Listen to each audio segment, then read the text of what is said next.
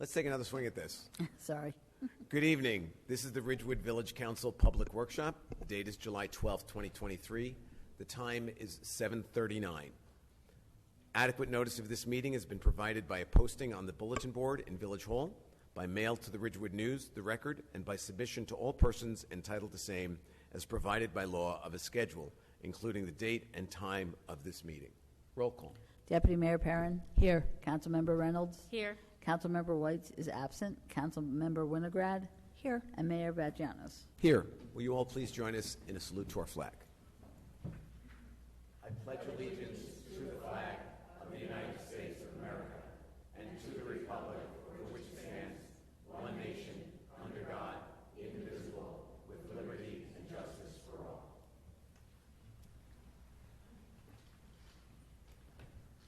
We will now go to public comments. I ask, as I always do, that all comments remain respectful. Thank you so much. Limited to 3 minutes per person.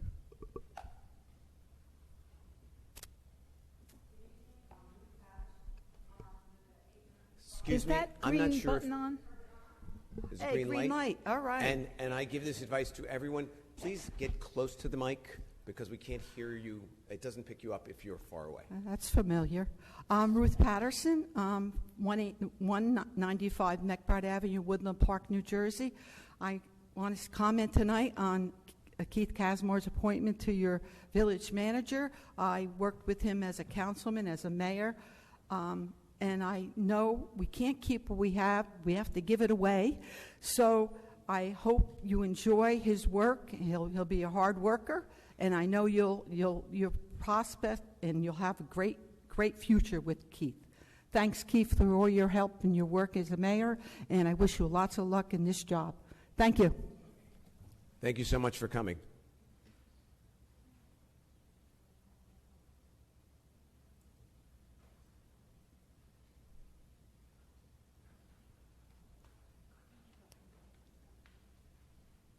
Good evening. My name is Tracy Caller, 8 Wallace Lane, Woodland Park, New Jersey. I am now the acting mayor in Woodland Park. I've had the pleasure of working in Bergen County for the last 27 years. Ridgewood has always been an amazing village. It continues to be an amazing village, and I want to wish you all the best with your new hire, Keith Casmore. He's going to keep your town going in the right direction. He's going to build upon all the hard work you've already done. You're getting such an amazing professional. We miss him in Woodland Park, but we've always known Keith was destined to be a little bit bigger and a little bit greater than our small town, and we're so lucky that he chose Ridgewood, and you're lucky to have him, and I'm sure you already know that. So good luck. Good luck, Keith. Thank you, Tracy. My name is Christina Millian. I live at 530 West Saddle River Road. I wanted to start tonight by just reminding the council that Hunter Research is one of the most prestigious consulting firms in historic research, probably in the United States. And in a 2019 report to the council, the highlight stated that an archaeological survey of the property is recommended if significant ground disturbance is planned at the historic Shedler property. On a different topic, I wanted to thank Deputy Mayor Pam Perrin for connecting me with Ridgewood Water since the last time I attended a meeting here. I ended up connecting with Michael Kors, who's a very thoughtful professional, and he's helping to set up a potential fall, hopefully September meeting to bring the town together to discuss the issues and strategies with PFAS in our drinking water, and we need you all in attendance. A few weeks ago, a study was issued by the Environmental Working Group, which reported that cities and towns with the highest levels of toxic forever chemicals in tap water have above average rates of disease and pregnancy complications, and the majority of neighborhoods with the highest levels of PFAS chemicals in drinking water suffer more cancer diagnosis and deaths than the rest of the country each year, and see more babies born at dangerously low birth weights. Then the study, which was picked up by numerous press outlets, although none locally, listed the areas most impacted, stack ranked them by the most poisoned water to the least, and Bergen County came in fourth, just below Miami. But Bergen County had higher PFAS levels than Philadelphia, New Orleans, Wilmington, North Carolina, and Charleston, South Carolina, and 10 other cities.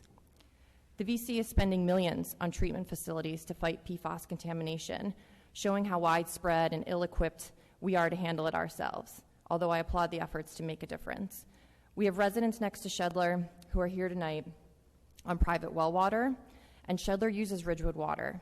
And knowing all of this, the majority of you still voted to install a new artificial turf field that will cause the destruction of over 5 acres of healthy trees and direct stormwater runoff into the Saddle River, which will further harm our community.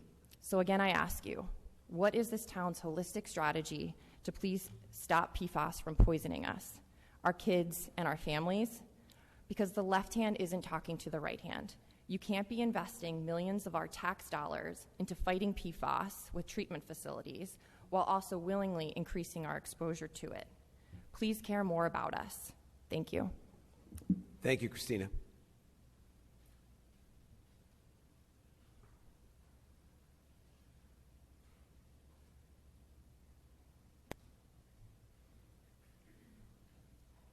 Hi, my name is Rita Pasquarel, 1 Taft Ave, Woodland Park, New Jersey. I also want to congratulate Keith Casmore on his new position here as village manager. I've had the opportunity to work with him for the last 22 years, and his resume speaks for itself.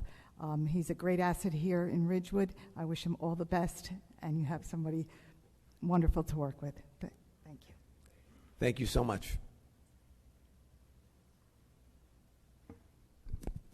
Jacqueline Holm, 30 Carriage Lane, Ridgewood.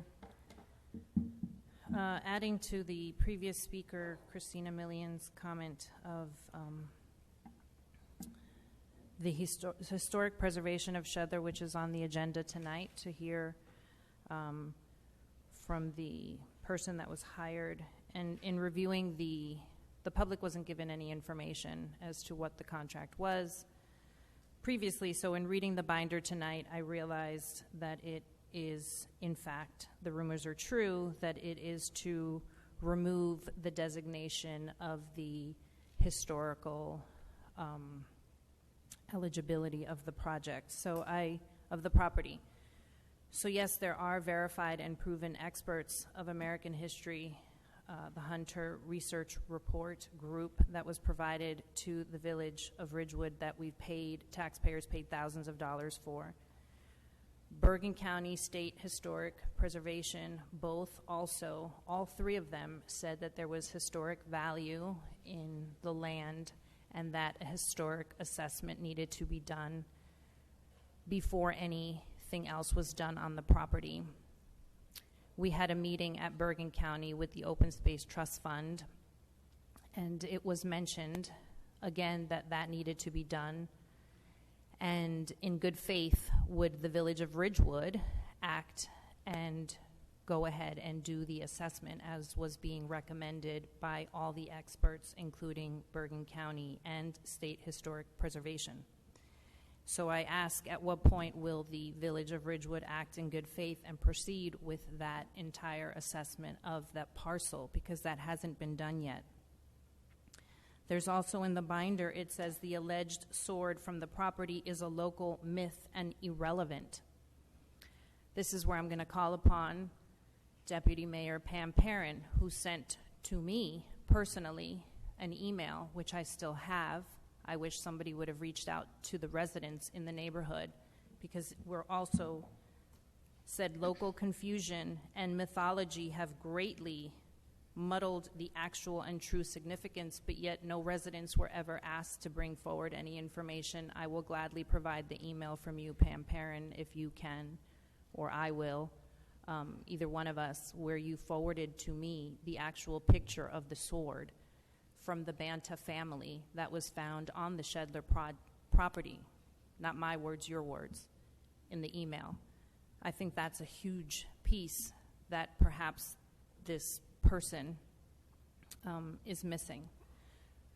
So I would like to know if at any point the public, I'm mentioning it now because on the special meeting part or during the presentation, I'm not sure if the public will have an opportunity to ask the person any questions, and if the answer is no, then I would actually want someone here to ask those questions on behalf of the residents. Thank you, Jackie. Thank you.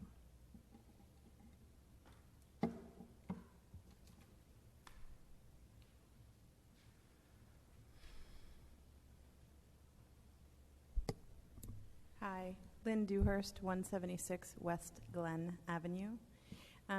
I'm here to, I think, reiterate a point that I've made in an email to the council, sort of, so I wanted to make it public. The sidewalks on West Glen have been completed on the Willard side of West Glen down to Alpine, which is the one spot on Glen that is visible from both uphill and downhill.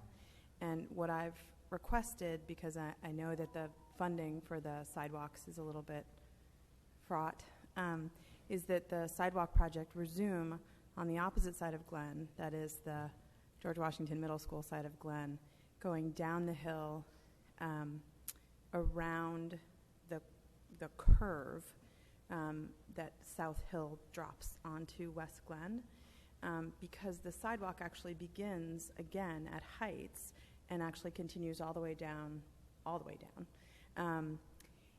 That particular curve is especially dangerous for pedestrians who nevertheless walk it, including my own 13-year-old son, who has to be persuaded every single time to put his phone in his pocket and leave it there until he gets to the sidewalk past Heights. He's good about it now, but particularly because we have so many young drivers who come back in the summer, the speeds on Glen, both on the flat part across Maple and on the hill that we live on, are always 45 miles an hour or better.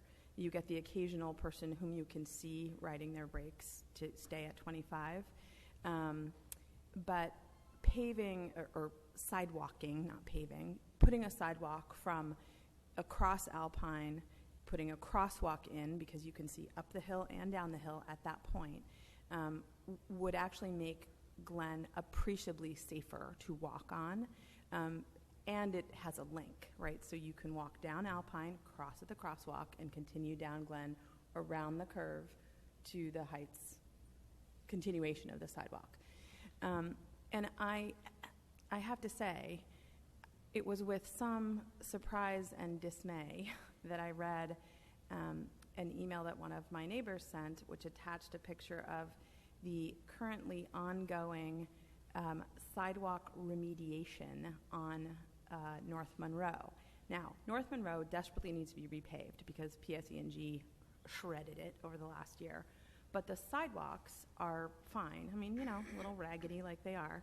But the corners are all now being redone. They're all ADA compliant at present. That is to say, they have the dip for wheelchairs and other, accessibility, mobility aid devices. But I feel like the village is spending money on something that is unnecessary, where we really need sidewalks. That's it. Thank you. Thanks for your time. Thank you, Lynn.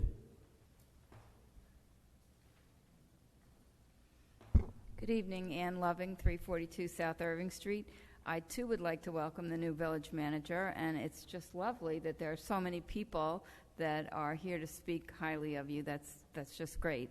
And it's a wonderful thing for us to have you, and it's lucky for you that the person that you're replacing is still going to be here, because she's a fine person. And I'd like to say something about Heather. I didn't say it at the previous meeting, which was her last meeting in her recent role as village manager.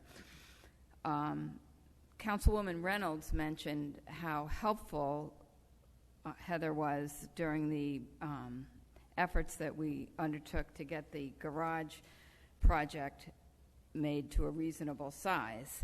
I was one of the 5 petitioners on that, and I was, along with Gail and Lorraine and 2 others, bringing in signatures. And unfortunately, Heather, I need to warn you that ears to the ground indicate that there is another initiative underway, and I think you're going to be getting a lot of signatures to validate in the foreseeable future. So sorry about that. Thank you. Thank you, Ann.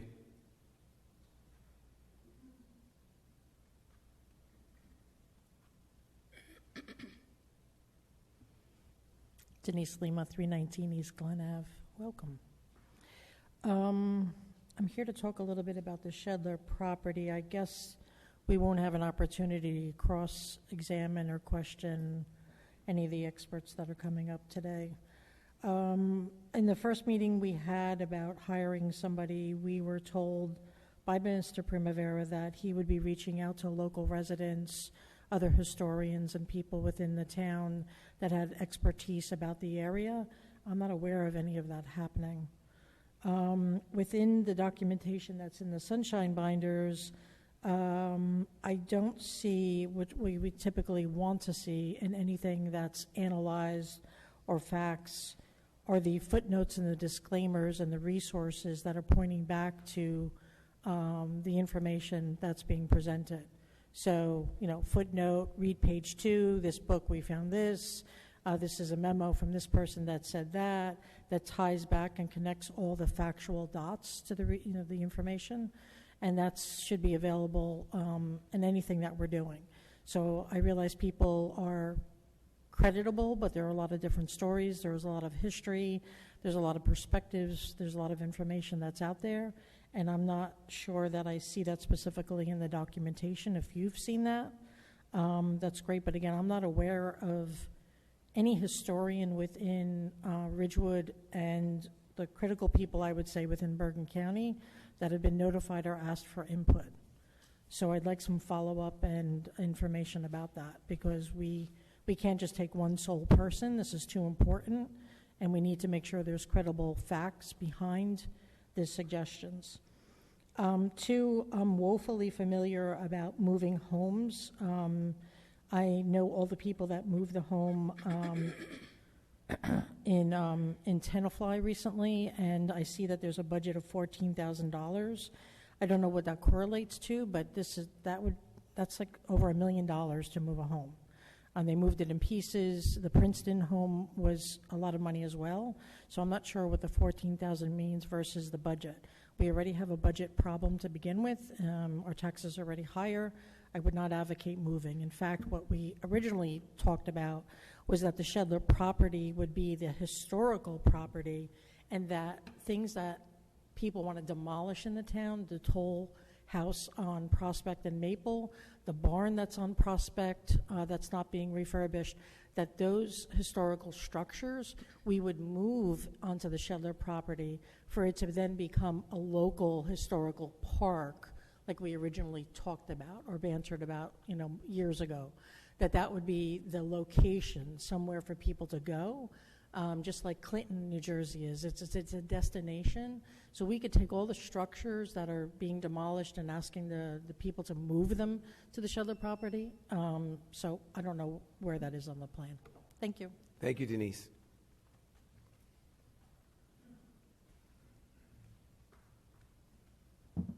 Cynthia O'Keefe, 542 West Saddle River Road.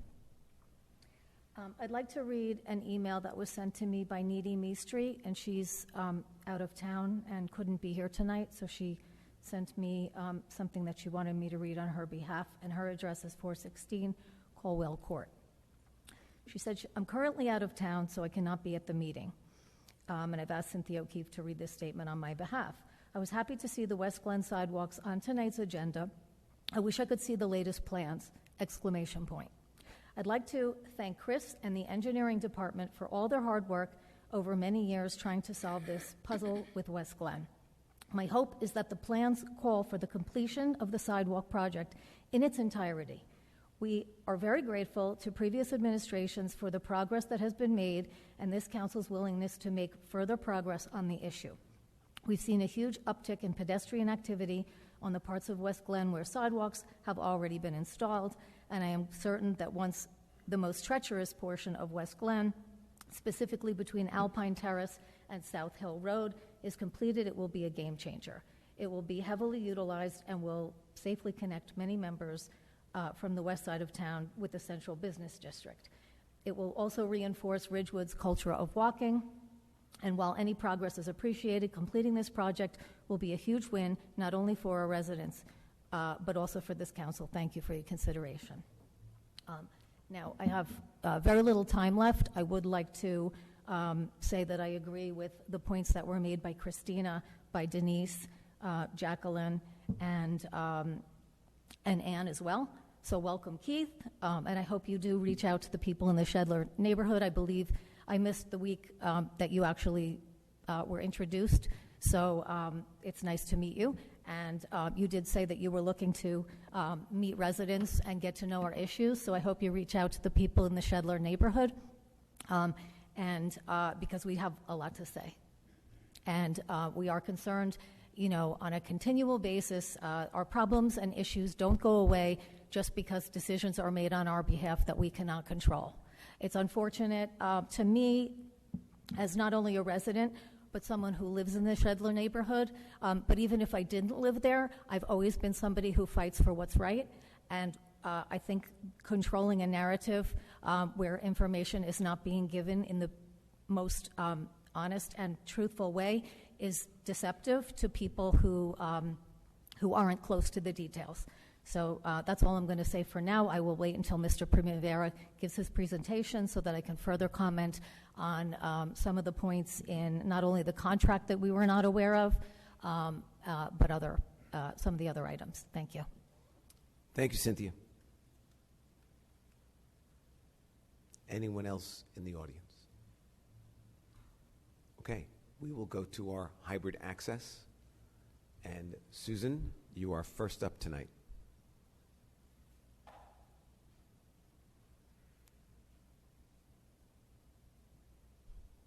You're on mute, Susan.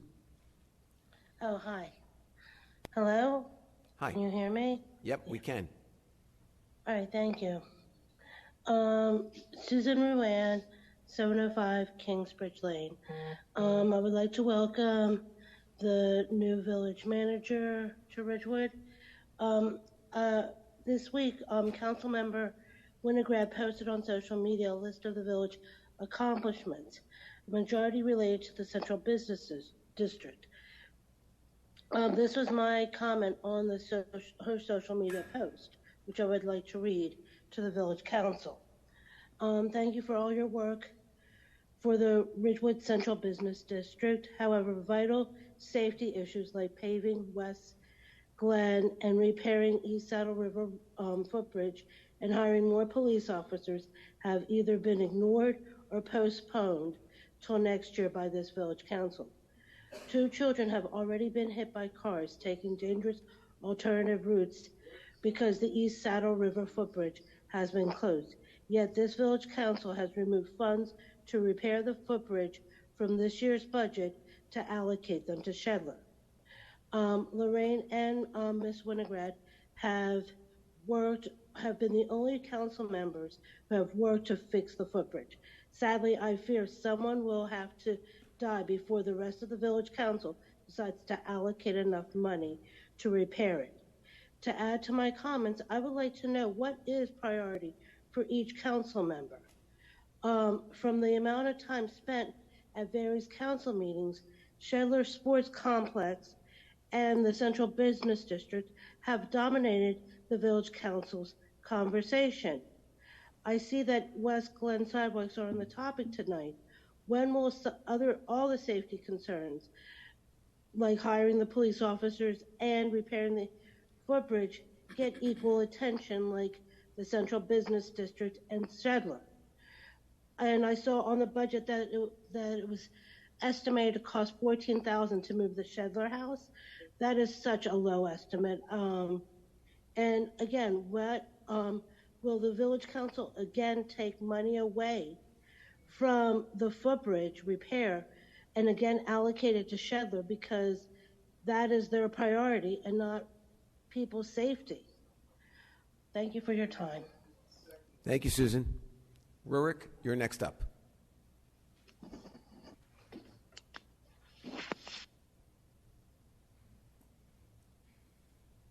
You're on mute.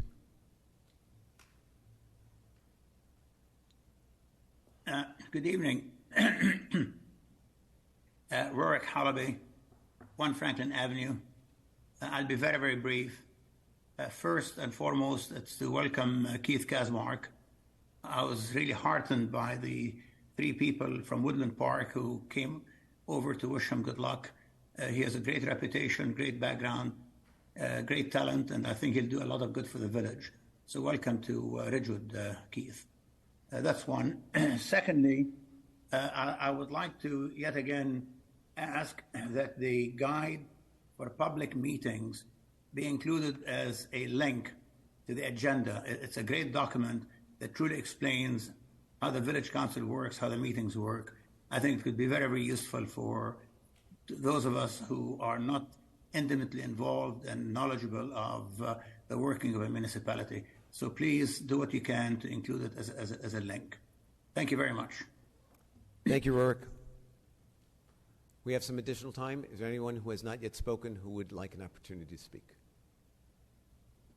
Seeing no one, I will close public comment and we'll move on to our manager's report.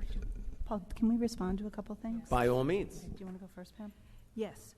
I did want to say that the sword that Ms. Hone mentioned is a British officer's sword. I've had it appraised. It was verified to me that it is an English officer's sword, and I came to know about it through Jared Banta. It came down through his family and was always on their mantelpiece, and he donated it to the Historic Museum, and there is no document that I've actually seen that's official as to where it was found. And I defer, I've read stories about it, but those could be fictional, and I haven't seen anything authoritative as to where it was kept since the 1700s, other than it came down through the Banta family, which at some point may have had a barn or owned property on what is now the Shedler property, but I have to defer to the experts. Sure. So I want to say three things. With respect to the sword, it was presented and shown at the League of Women Voters, where I think many people in the community saw it, but if you Google it, the video link claims that it was found in the museum, our museum, in a house in Hohokus. So you can Google that. You can watch the student video on the intake from our museum. The second part, with respect to historical houses and homes, those are private properties. The Toll House is in my neighborhood. I know it's been it's historic, it's on the registry, but it is privately owned, as are some of the barns, and we need to be mindful. We can't talk about moving people's private property to another location because it's privately held. So I just want to distinguish that. Although they're very important, we can't move them because we don't own them. And lastly, because the whole council wasn't on this email, Lorraine and I have been working on the footbridge, and a little bit of new information came out. There was a grant that Suzanne presented from Josh Gottheimer, and while unusual, Lorraine and I said, well, we as council people, we would help write this grant because we felt we were grant worthy because it's an important bridge. However, prior to my being on the council, the decision, we've had this discussion, to sort of remove the social responsibility of the ADA compliance has made us not grant worthy. So just so to keep the story, because there's new people here, the original proposal by our engineering department was an ADA compliant grant, grant worthy bridge. At that point, that current council, with no judgment, made the decision to repair it rather than replace it, and then we are no longer ADA compliant. And that is the quandary that we're in now. I want this whole council and everybody to understand the fact that we're not replacing the bridge fully made us less grant worthy. Again, no judgment. I just think that's interesting because these decisions were made prior to my getting here, and I think when the engineering department, everything becomes crystal clear looking backwards, and I don't mean to do that, but we would have possibly been eligible had it remained ADA compliant and we didn't just go for the restoration. So I think, and Lorraine, you can speak to this warrants more discussion of what do we want to go back to doing the ADA compliant and seeing if there's a future grant, which might make it less expensive. Do you guys want to stick with the plan? Because I understand the sidewalk, the bridge ends up in no sidewalk, but I'd be remiss in not mentioning that this is sort of proof that when engineering makes recommendation, if ADA, we should probably stick with it because it's important, it makes us grant worthy, and it is probably more socially responsible. So those are my updates. No, I agree. I think we should definitely bring it back as a discussion item with this council and see if we want to change it to a replacement rather than a repair, because then once all of our ducks are in a row, if another grant comes up that we would qualify for, we can apply. If we keep everything as the status quo, we can never apply for another grant. So I definitely think it's worth a discussion. And I want to thank Lorraine. We both learned a lot in this process. I want to thank our engineering department and Heather, because we were really scrambling. We were pen to paper ready to be grant writers together, and we learned a lot. And I just, again, no judgment. It is, we're at where we're at. I just think the rest of the council should know that's why we were ineligible. That's it. Thank you both for doing such good work on this, and I think you're right. I think we should bring this back and take another look at it so that we can find out if we're grant worthy. And I was remiss in not thanking our wonderful neighbors from Woodland Park who came to wish us all well at what is their loss and our gain. And it's wonderful to see you all here in such good humor. I know you're really not thrilled with us right now, but we're pretty happy so far. So again, yeah, thank you for coming. We really appreciate your kind words. And with that, I will turn it over to our new village manager for his first village manager's report. Well, thank you, Mayor. First and foremost, I want to thank everyone here in the village, the employees, the staff, the community at large, for the very warm welcome that I've received over the last 3 days. I especially want to take a moment to thank Heather, who has really guided me in the last 3 work days. We've jumped in her car a few times, and she's taken me around the village to learn more about the historic sites, the important sites, and also some of the areas within the village where there are resident concerns. So she has shared her institutional knowledge with me, and I'm sure will continue to do so as we move forward. My office has set up individual meetings with each department head. They will commence on Monday of next week. And also, I will be meeting with each of the individual council members to hear what their priorities are for the village of Ridgewood. My priority in the next 90 days is to learn and absorb as much as I can about Ridgewood so that we can make the best decisions moving forward. Had the great opportunity to attend the 4th of July parade and fireworks, which was truly an amazing day. I want to thank the committee, the first responders, all the employees who were part of it, and the sponsors. Truly, it's yeoman's work to put that community event together, and it was extremely impressive. I want to report out that I connected with the new superintendent of schools, Mark Schwartz. We've had 2 very productive conversations. We actually have a meeting tomorrow morning. And while I acknowledge that we have 2 very separate and distinct jobs to do, in all my previous roles, I valued a positive working relationship with the school district, and I'm hopeful that Mark and I will have that moving forward. This morning at 8 a.m., I attended the Chamber of Commerce meeting along with Mayor Vagianos. I want to thank Glenn Carlo and Joan Groom and the board for the very nice welcome, and I look forward to working together with them. They already have a meeting for next week on my calendar, so they did not let any grass grow under their feet. But I do feel that successful businesses are the backbone of every community, and that's especially so here in the village of Ridgewood. In September, we plan to hold a Meet the Manager meet and greet here in council chambers.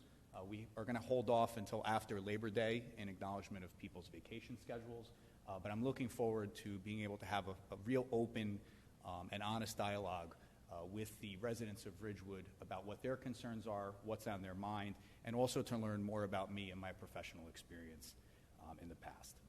Another access point to the village manager's office is I have launched 3 social media accounts. On Instagram and Twitter, it's Ridgewood_manager_07450. And on Facebook, it's simply Ridgewood Village Manager. So I would encourage residents to like or friend those 3 social media outlets. I will be posting different things that we're doing, highlighting what's happening here in the village, and just trying to improve the communication between the village manager's office and the residents here in the village. I especially want to thank my Woodland Park family for being here tonight. It was sort of unexpected. I know they had a conflict the night that I was appointed, but to Acting Mayor Kaller, Chairwoman Patterson, Councilwoman Pascrell, the rest of the gang back there, I do appreciate you making the trip over here tonight to show your support for me. By way of announcements, Urban Foresters, working on behalf of the Ridgewood Shade Tree Commission and the Parks and Recreation Department, began to perform detailed inspections of an estimated 2,000 trees along county roads and public parks. The inspections represent the second phase of a tree inventory project that began in 2021 with the identification of 9,025 trees and 192 stumps across the village, including 618 ash trees that are threatened by emerald ash borer. PSE&G will start to mill and pave next week on the west side. Scheduling is weather dependent. The police department will be announcing by week all of the different areas that are subject to be paved. Please refer to the village website as well for a milling and paving schedule. Paving is scheduled from July 17th through August 10th. And to the resident who asked about North Monroe Street, tentatively the dates for North Monroe are July 19th and August 2nd. So if you could take that back to the neighbors, that would be great. The Ridgewood Guild is sponsoring free movies in the park Wednesday nights at 9 p.m. and in Memorial Park at Van Este Square. July 19th's feature film is Pirates of the Caribbean. August 2nd, Man of Steel. On August 16th, Sunset Boulevard. The movies in August will start at 8:15. The pedestrian plaza, where the streets are closed to vehicular traffic from Walnut to Broad along East Ridgewood Avenue, is being held on Saturdays until October 9th, 2023. There will be music and entertainment in Memorial Park and at Van Este Square on Saturday nights. I do want to let everyone know that the committee who has been spearheading Pedestrian Plaza is scaling it back, and we will only be open on Saturdays moving forward. That'll be reevaluated after Labor Day once folks come back from vacations, and then it may be expanded back out to the Sundays as well. Each month will be culturally themed, and there will be special activities for children. Weekly updates are posted on the village website, Facebook, and Instagram accounts. Please plan to come, shop, dine, and enjoy entertainment this summer in downtown Ridgewood. The 65th annual Free Summer Concert Series has started at the Shell on Veterans Field. Please bring a chair or a blanket. Concerts start at 8:30 unless noted and are scheduled for every Tuesday and Thursday in the months of June and July up to August 10th. The performance on July 13th will be Soul R&B by Parkway Soul. This performance will begin at 7:30. July 18th, rock and roll music performed by Group Therapy. July 20th, Grateful Bro. This performance will begin at 7:30. August 1st, Old School Faves. On August 3rd, Mighty Spectrum Band performing classic Springsteen. That I will be at. Please note this performance will begin at 7:30. On August 8th, Rhythm and Blues, Funk and Soul, and Sold Out. And the last performance on August 10th, Pure Energy by the Nerds, also a good band. This performance will begin 7:30 p.m. Enjoy the live music under the stars. The Health Department and community partners will be hosting a mini health fair in collaboration with Music Under the Stars on Thursday, July 20th from 6:30 to 7:30. There will be free blood pressure screenings, giveaways, health resources, and at-home COVID tests being distributed and more. The Ridgewood Chamber of Commerce presents the 23rd annual Ridgewood Farmers Markets on Sunday through October 29th from 8:30 to 2 p.m. at the train station parking lot on the west side. Enjoy fresh farm products, produce, fresh vegetables, fruits, baked goods, local honey, homemade mozzarella, and more. The Ridgewood Guild sponsors Music in the Night for providing music in various locations on Friday nights through Labor Day.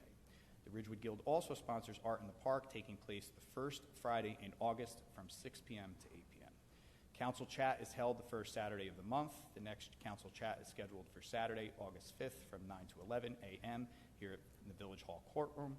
Call for reservations 201-670-5500, extension 2207. Walk-ins are welcome, however, reservations do have priority.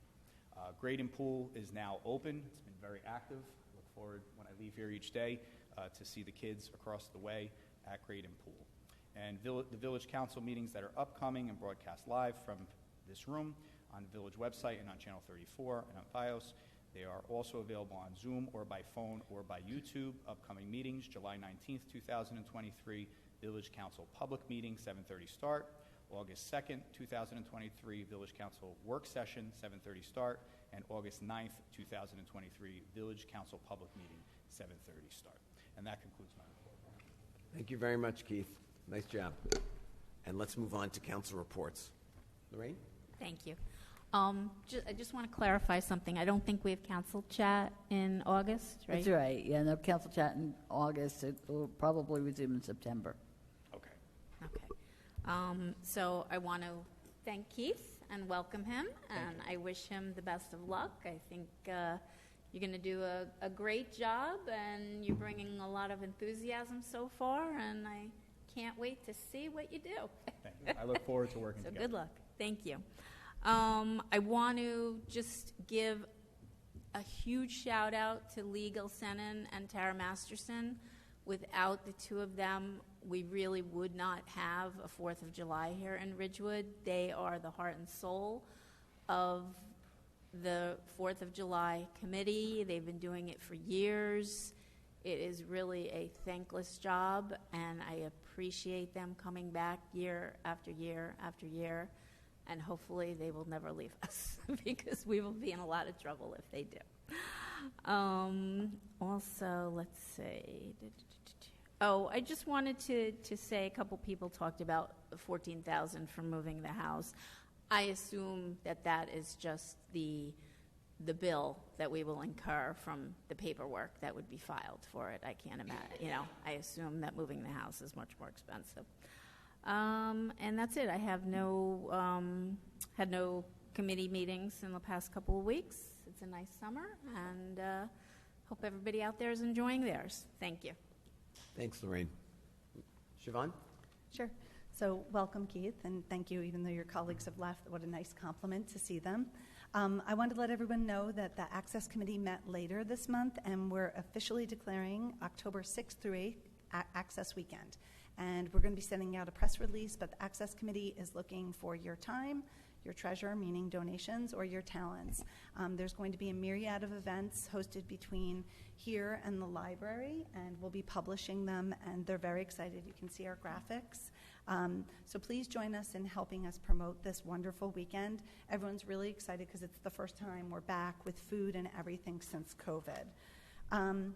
Two, I wanted to give a shout out to the library museum passes. Last week we did a feature on them, and I wanted to remind people that if you're bored during the summer and you want to go somewhere for free, the library has a ton of museum passes. They're looking to increase circulation, and they're great. Not only are they fun, but they're very economical. Yesterday I met with the Martin Luther King Committee of Glen Rock and Ridgewood, and I met with them. We as a council have discussed what we want to do and how we want to approach Juneteenth next year and make it better. So we had a wonderful meeting. They were incredibly supportive of the ideas that we're going to discuss later in the meeting, and I wanted to say thank you to them for always being available to this council, and we look forward to taking a next step with them and their guidance. We're going to be releasing the Adopt a Sapling, and again, for those who have teenagers who don't have anything to do and you're looking to get them involved, we're looking for help. We're going to need some kids and some able-bodied people to be digging holes and helping us as that initiative goes off. And today I attended an event at the library promoting summer reads, and again, the library is a big source of community gathering, especially during the summer, and they did a spotlight on two librarians and one avid readers and all their recommendations. So it was really great. You can Google it online. You can see the summer reads, and you get all 3 different book reading palettes. And lastly, I met with the American Legion has begun their fundraising for their Gold Star project. So now that the project is approved, they're moving towards gathering funds and creating an awareness that they're in need of funds. So they are working on getting out on social media, connecting with large organizations, and I'm hopeful that everybody who gets their message hopefully donates, but also helps amplify their message, because they need as much connectivity as possible, because we'd love to have it fully funded by the end of the year. And that's it. Thanks, Siobhan. Pam?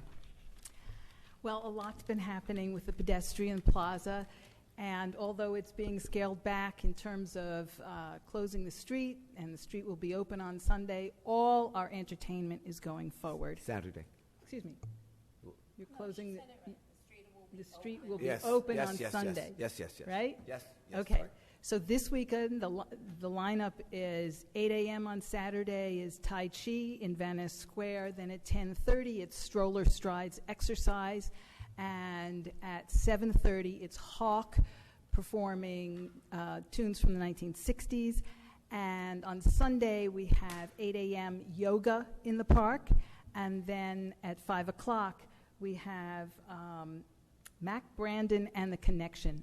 And that's part of the summer-long heritage theme of the pedestrian plaza. Since July is Americana Month, this is going to be a gospel choir. And what could be more American than a gospel choir? I've heard them sing, and they are just wonderful. Also, Art of Motion presented a charming patriotic piece to introduce the 4th of July, and that was really nice. We have a lot of variety.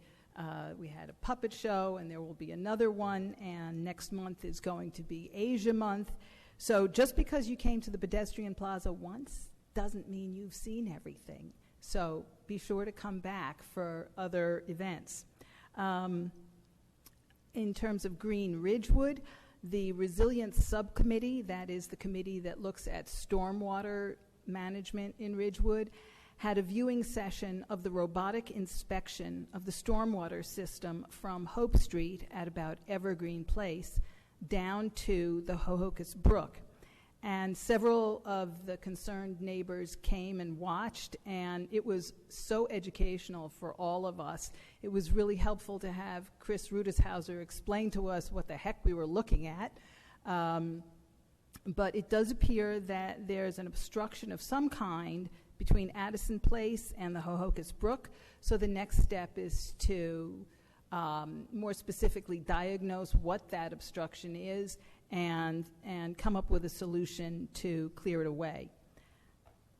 And let's see. I did want to show you, this is the schedule for all the bands that are going to be playing in the Pedestrian Plaza. There are some on the pile over on the desk on the side of this room that you can take home.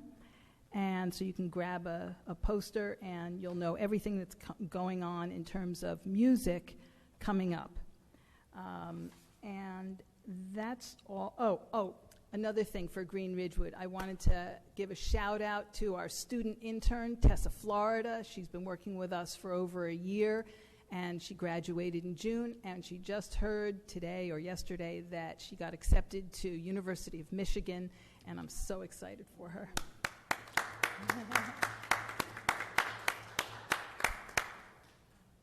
Very nice. Congratulations. That's wonderful. Thank you, Pam.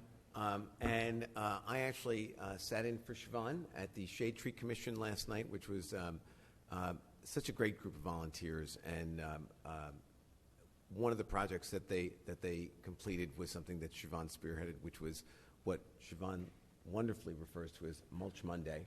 And if you notice, virtually all of the tree wells in the Central Business District have been weeded and mulched, and they look lovely. And, this is just one more example of many hands make light work, and everyone pitching in, getting off the bench and in the game, whether it's Mulch Monday or all the people that go into making the Pedestrian Plaza so much fun, or that great 4th of July committee. This is what makes this town so great, is that everybody really wants to be part of what's going on. And as far as Lee and Tara, I will tell you that Lee Gilsenan and Tara Masterson, who have been lifelong friends, dreamt of running this parade since they were little girls together. And they followed through on their dream, and I'm not sure that every single day they're happy about it, because it's so great to be able to just come and watch the parade or be in the parade. The amount of work, time, effort, pressure, fundraising that goes into this, I can't even begin to tell you. I just want to give a big shout out, like Lorraine, to the two of them and the army of people that they have amassed. So with that, I will close council reports, and we will go on to our agenda.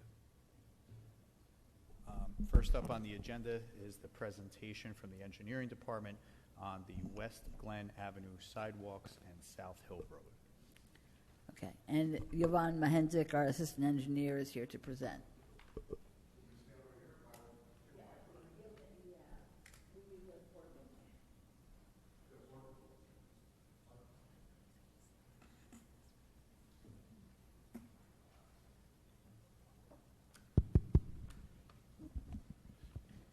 All right.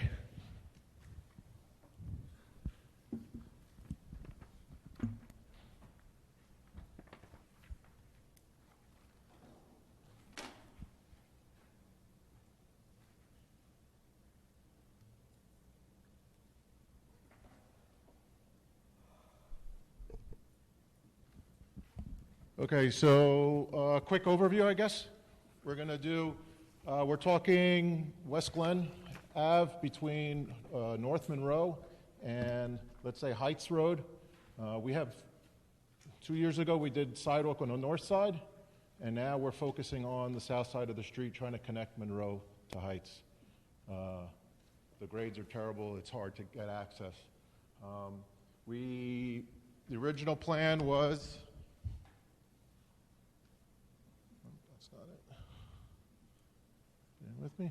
So the original plan was to have a retaining wall at the property line on private property, as per the county's request. They don't want retaining walls in the right-of-way. So the right-of-way is 50 feet wide, street is centered, and typical Ridgewood design would be to have a grass parkway strip with a shade tree or a decorative tree, depending on what side the utility poles are on, and have this 4-foot sidewalk between the wall and, let's say, the parkway strip.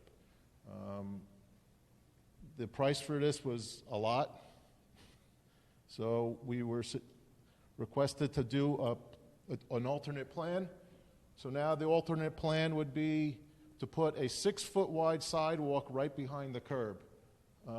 You can't put a 4-foot sidewalk behind the curb. There's some regulatory guidelines on how safe a pedestrian has to be behind, away from traffic, let's say.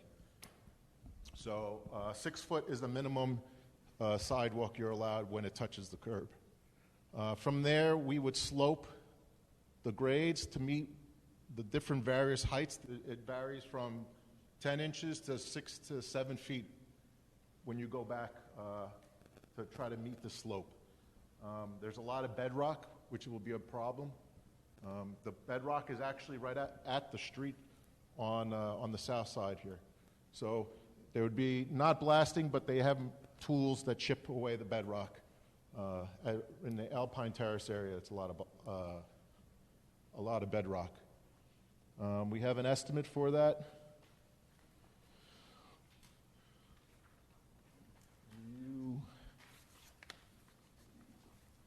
I have a ballpark one here. It's roughly $200,000, no wall, to do this work. There's a lot of asterisks here based on bedrock. Bedrock is very expensive to get rid of, whether it's blasted or chipped. It depends on the contractor and what tools he has, so he doesn't have to rent things. The other question would be is how to landscape everyone's front yard. So this would have to be figured out on, are we doing Pachysandra? It's comfortably, it's not too steep, it's walkable, but it needs something. It's borderline wood chip, maybe Pachysandra, maybe various plantings, depending on, you probably have to bounce it off the residents, see what they would feel comfortable with. That's really it. And then we're going to talk about the S Hill Heights Road intersection separately. Why don't you see if there's questions about this? Okay. Anyone have questions? Council? Council, it's okay. Hi, I do. What happens if we have a storm like we did last weekend? Is there going to be a landslide of dirt into the street? There is a risk of it as it gets stabilized, what's planted there. You could do chip, a mulch, and over time have something grow through there, and maybe in like 2 years it'll stabilize better. You don't think the chips would just wash away into At the... 2 to 1, probably not. But I would also be concerned, as on Monroe, we have water going down the street where it's like a canal. So you can imagine the water overflowing the gutter line and actually running down the sidewalk also. So we can add, we can put a Belgian block curb behind on the back of the sidewalk. That would help keep more of the water off of the mulch running down the street. It's an option. It's probably a good one, a safe one. Would you say, is Pachysandra like the fastest thing that would? No, it's slow. Very slow. Yeah, it grows very slow. So is there any ground cover that grows typically quickly? in construction-wise, we can put like a jute mat or coconut mat underneath, and then put something on top, and that mat will hold everything in place. Okay. And that'll dissolve in probably 5 years. Okay, and the 200,000 is just to the point where you're getting to S Hill? Correct. So we already did 4 homes by Monroe. So it would be from whatever address that is to S Hill itself. Okay, because I have a total estimate of 287. Does that include the walkway? What, is there a title to that? West Glen Avenue sidewalks, engineer's estimate, 6 feet, sidewalk hold on. behind curb, no wall. I think it was your first page, Jovan. There. This one? No, that says 214. This says 287. Oh, okay. This is from the older email. I'm sorry. So, yes. Okay.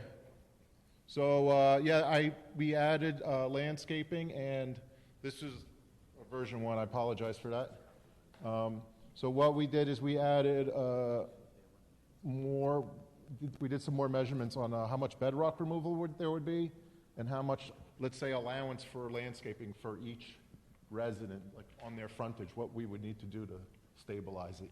Okay. So it did jump up quite a bit. All right. So we are going, after everybody asks questions, then you're going to talk about S Hill and what However you want to do it, doesn't matter. what that would cost. Yeah, I'm curious. I mean, that's, I Yeah, believe. let's focus on this first, I guess. Yeah, okay. Anybody else? Sorry. In the cost of the new replacement trees, are those included in the project, or would that come out of Shade Tree's budget? With the retaining wall.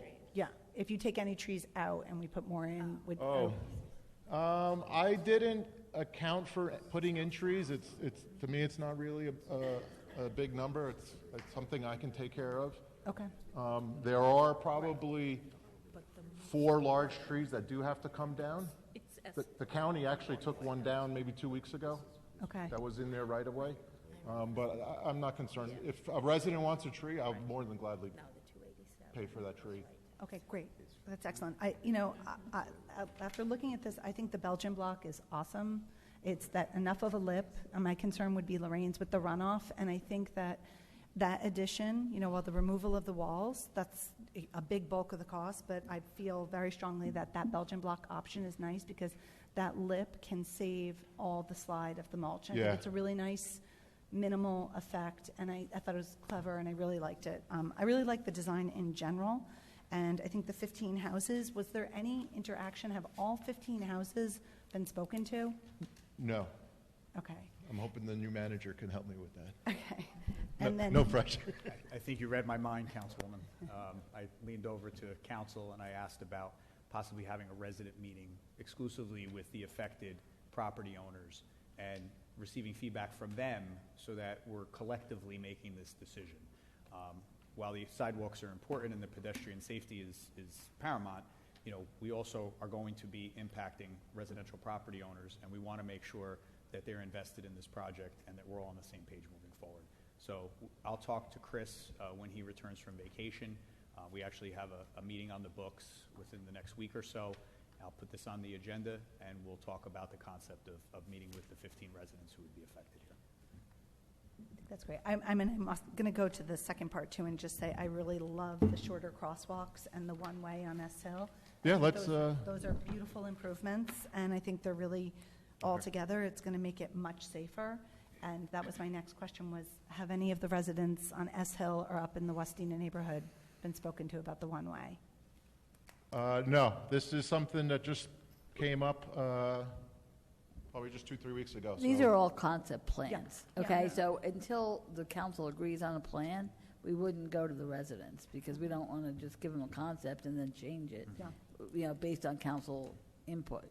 So these are concept plans at the moment. My only comment on the concept is with the one-way and accessibility, we might just want to go back to the no left-hand turn there. I mean, depending on how the response is. All right, let me just give a quick overview on this. So, again, here we have Heights Road on the bottom, Heights Road on the top, S Hill over here, and you got Lawrence Court over there. So the goal here was to get the pedestrian safely across the street. It's a curve. It's kind of blind on if you're standing on the south side of the street here. There's a lot of growth over here, so it makes it very blind when you're standing here or here.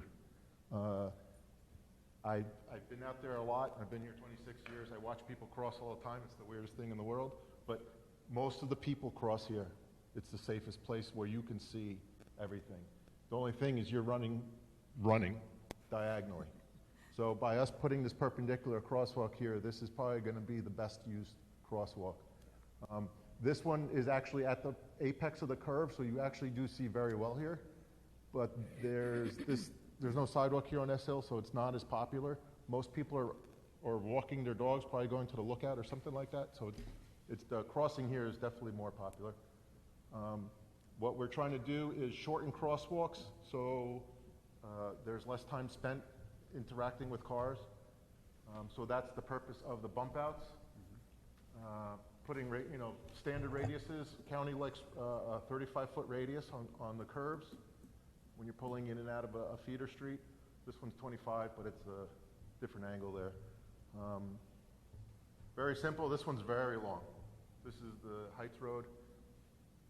They preferably like to have crosswalks less than 60 feet long. That's a normal standard. As for the one-way, the knee-jerk reaction is to have the cars exit if it had to be one-way. I would recommend, you talk about no left turn, I would say right only. Because turning left is just as bad as going straight. So get rid of that conflict and have a sign here, right only.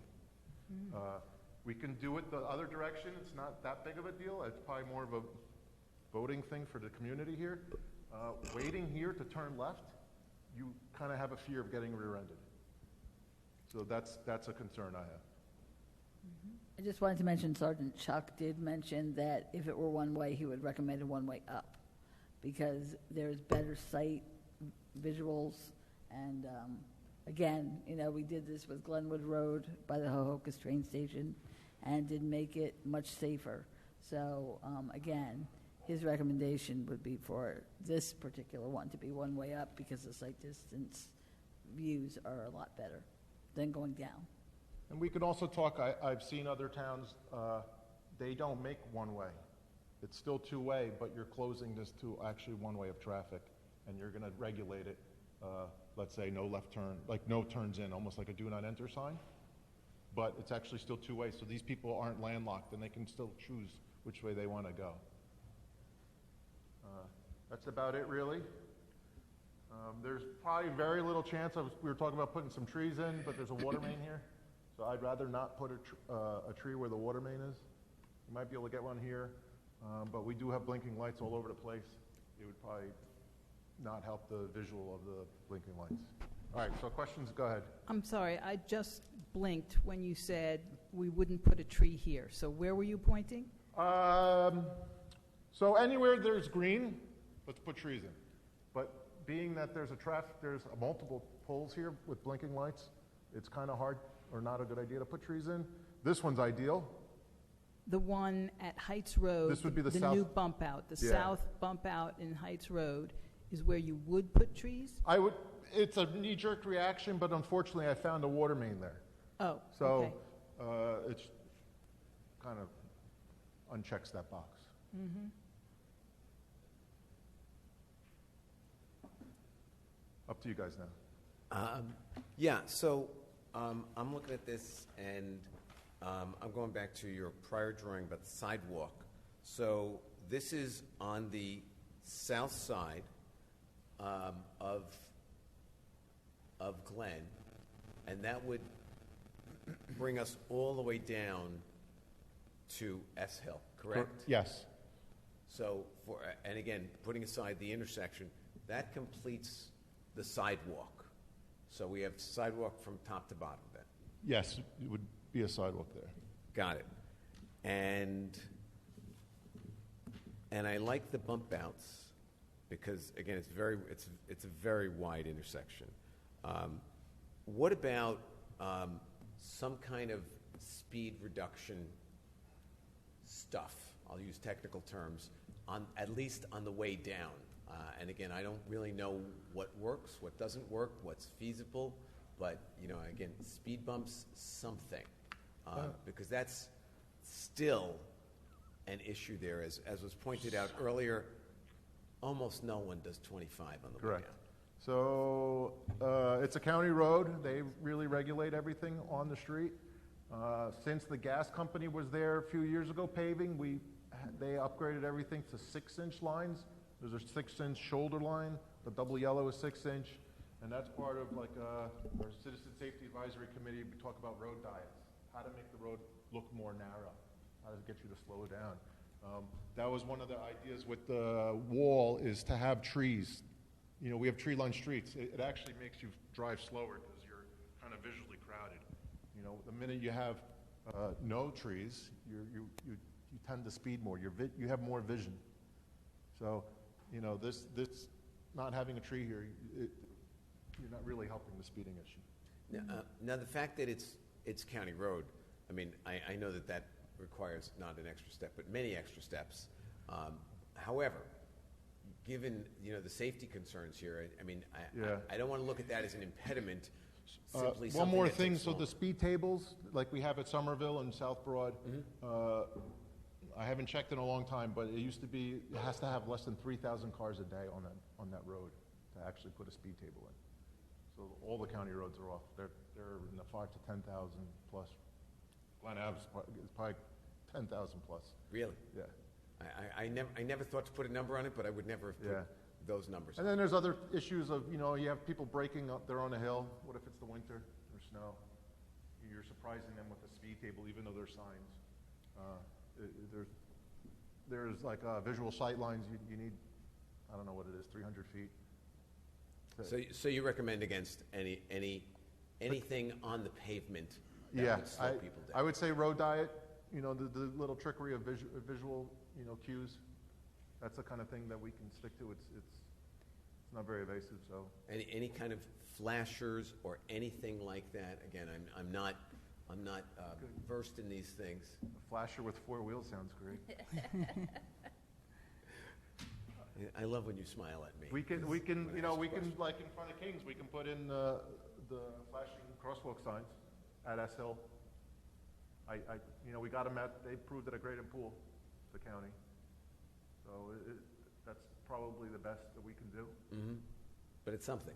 Absolutely. Got it. And so for the sidewalk and the intersection improvements, you are estimating a total cost of $287,000. So now we got to put those two numbers together because I did them separately. So just the Heights Road intersection. Nope. Just none of us can see what you're pointing at, so you'll have to tell us. All right, so let's go 287 for the sidewalk on West Glen. And I have a price for the intersection.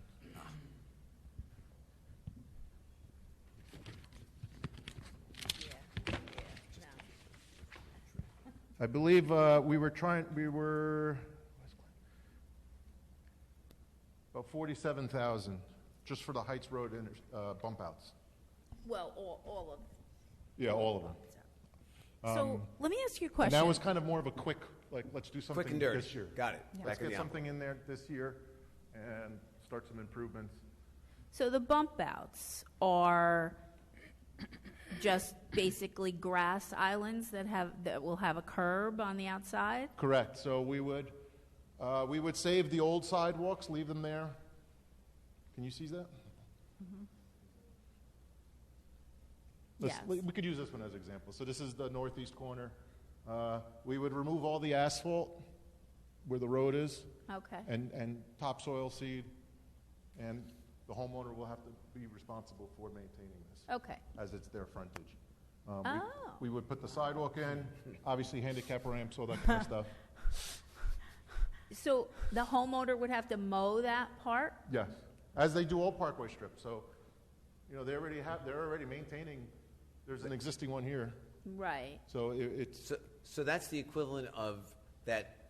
What for many homes is that 2-foot or 3-foot strip between the sidewalk and the curb. correct. So It is now just a 10-foot strip at some point. Correct. So I didn't color it in here, so you can see this. There's a I call it a parkway strip. So now it gets a little larger to maintain. Got it. This will be an important aspect of your review with the local neighbors, Keith. Yes, that's That's a very good See, idea. and that's why they loved him in Woodland Park.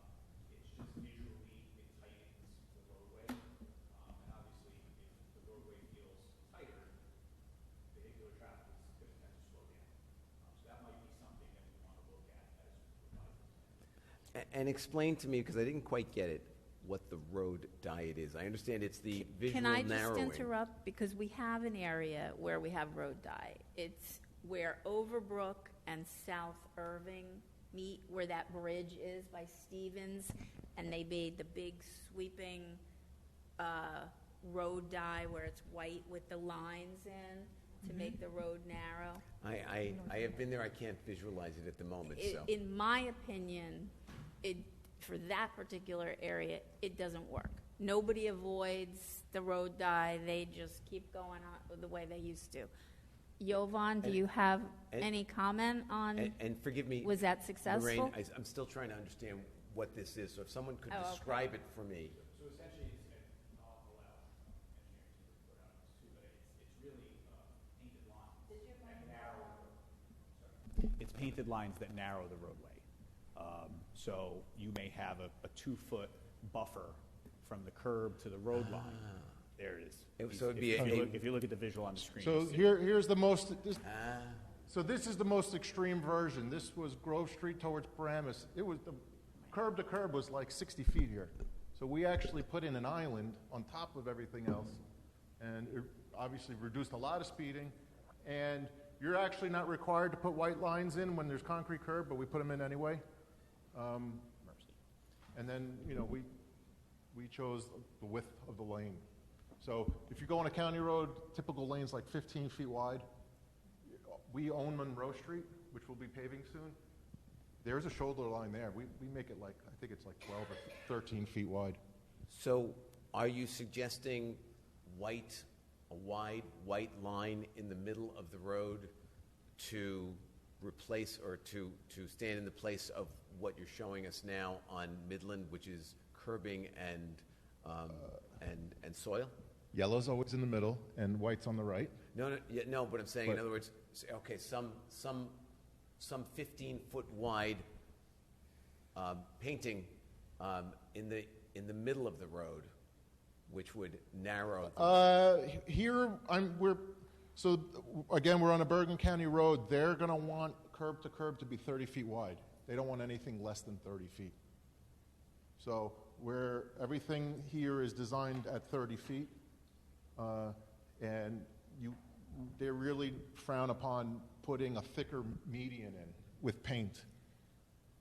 I don't think that's what Paul is asking. Is there any possibility of bringing up the picture of Overbrook and South Irving? Yeah. So, North Irving, sorry. So he can visually kind of see what we're talking about? Let me just walk over here. Because it's nothing, it's not a physical impairment, it's Jeff. This It's is- just visual. Thank you. And people still So, come and drive This that is, let me No, move but, back over now here. Now I understand. Thank you very much, Lorraine. That yeah. So, yeah, same thing here. So, everyone was just gliding through here. Like, there wasn't even an option to stop. So, would we be able to put something like that on the county road, or would we need approval? Well, I'm proposing to do this in concrete with the bump outs. Oh, I see. So people have no choice but Right. to Yeah. go around it. So you're talking about this. Yeah, so this would be all concrete, it would Right. be infrastructure, not paint. So we're not talking about anything beyond what is displayed on the screen now in green. Correct. Got it. I understand. So I thought there was the- something in addition to that. Now I understand. Yeah, we could, there's no white shoulder line here. That's easy, we can throw that in, even though it's a county road. Same thing here, we can accentuate the outside of the curve here with a dashed white line through the intersection. And here. Got it. And these two sections, one at 287 and one at about 47,000, these could be undertaken separately, correct? Yeah, definitely. Got it. The But there's- intersection one, I can't speak for everybody, but I think it could get done by Thanksgiving, Got it. depending on dollars and cents and. Got it. I just want to say two things to that. I really feel, personally, that we should put them together, because if we're extending the sidewalk and encouraging more pedestrian traffic, to dump them into that dangerous intersection without the improvements is a little silly, in my opinion, because we're now actively encouraging that neighborhood to walk in a good way, and I think that they go in tandem very nicely. I also think one of the things about the traffic with Glen that everyone needs to remember is that very few roads go from east to west in our town, and why that road is so heavily trafficked. As the mom of two teenagers, that's how everybody from Willard and the upper part of Ridge gets to the high school, so that's probably the height of speeding. So, again, the elements that I like, where I wrote here is, I think the sidewalks, yes, the Belgian blocks, yes, the shorter, walkways are necessary, because otherwise we're creating more flow into now an area that we know that is a really, really dangerous intersection if you've ever been there. I always, at the expense of my children, when we drive it, it's terrifying. Left-hand turns are terrifying, and I think it needs the improvement, and I think it should probably go together, although it's more expensive. And my only question with that is, Jovan, do you have any carryover capital left over for any part of this? Believe it or not, I'm actually doing that now because. And you found $500,000? Yeah. So the new guy in our office is got his foot on the gas pedal with the state aid projects. Okay. So we're paying Prospect Street that was done last year, North Monroe. We're trying to push the state to approve the upper half of North Monroe. And if this stuff gets approved faster than we have money, it could be a problem, because they're not funding 100% of those jobs. Right. So right now I have an Excel sheet that I'm losing track of all these numbers with all the account numbers and stuff. But that's something I probably need a few more days to get my head around. This is looking downhill at S Hill. This is very early. I don't know if there's a day, October. This, like Japanese knotweed, gets about 4 or 5 feet high, and it's blind. Very blind here. When I look at some of these properties, I can't tell where private property ends, because it goes right down, currently it goes right down to the curb. Where does the public right-of-way begin? You have so many curves here and radiuses like this one. It's very deceiving. They need to be surveyed and staked out. I'm usually pretty conservative about encroaching on someone's private property. Yeah. I like to stay at least a foot off. And then, many of them are pretty steep slope, and cutting into the slope without building a wall makes me anxious. That we Is would- there a formula that you have to follow in engineering for maintaining the integrity or the strength of what's left? I'm not saying this properly. There's a lot of rule of thumbs, nothing scientific when it comes to like slope management, other than like in the streams. When we do a lot of work in the streams with jetty rock, those big boulders and stuff like that. I don't think people are going to want blasted rock on their front yard. So, this is pretty serious slope here. We would definitely be encroaching on private property. And so, do we have to pay them for that property? Or, like, Pay them for the property or pay them for the replacement?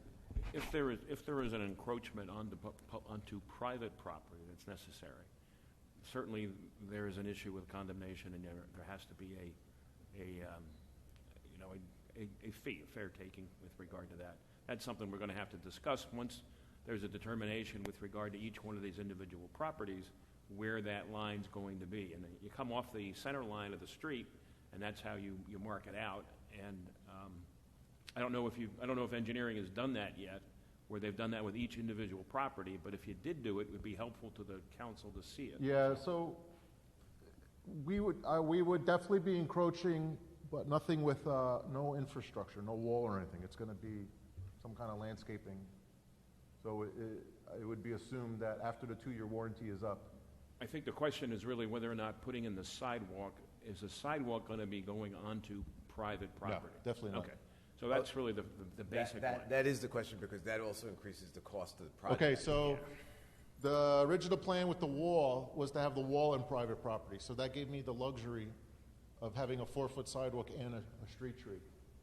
Once we go to a 6-foot sidewalk, we're here. We're gaining 3 feet in the right of way. So this is only going to be 6 feet wide. On the other one, the tree was, I think, 5 feet and the sidewalk was 4. So the original plan was 9 feet of work or infrastructure behind the curb. So Here it's only 6, so we're saving 3 feet. we're taking less private property. Correct. But now I have to play But we still are taking some. Not on it's the 6 feet. None of the 6 feet is private property. Of the sidewalk. This would be private property here. I think it's best that once we get an idea of where the right-of-way line goes to along the front of those private properties, then we can have the conversation about where we're going to go. But if you're going to put the sidewalk in, and the sidewalk doesn't at all encroach into private property, then we're fine, and we're okay. The hard part or the difficult part will be then the conversations with the private property owners about how to best slope or work off that issue of creating some type of a way to get back up the property. So that's the thing we're going to have to work on. But hopefully, and what they're telling us is that the sidewalk's not going to encroach. No. We don't need to take any. We have of the 9 to 10 sidewalk. feet here.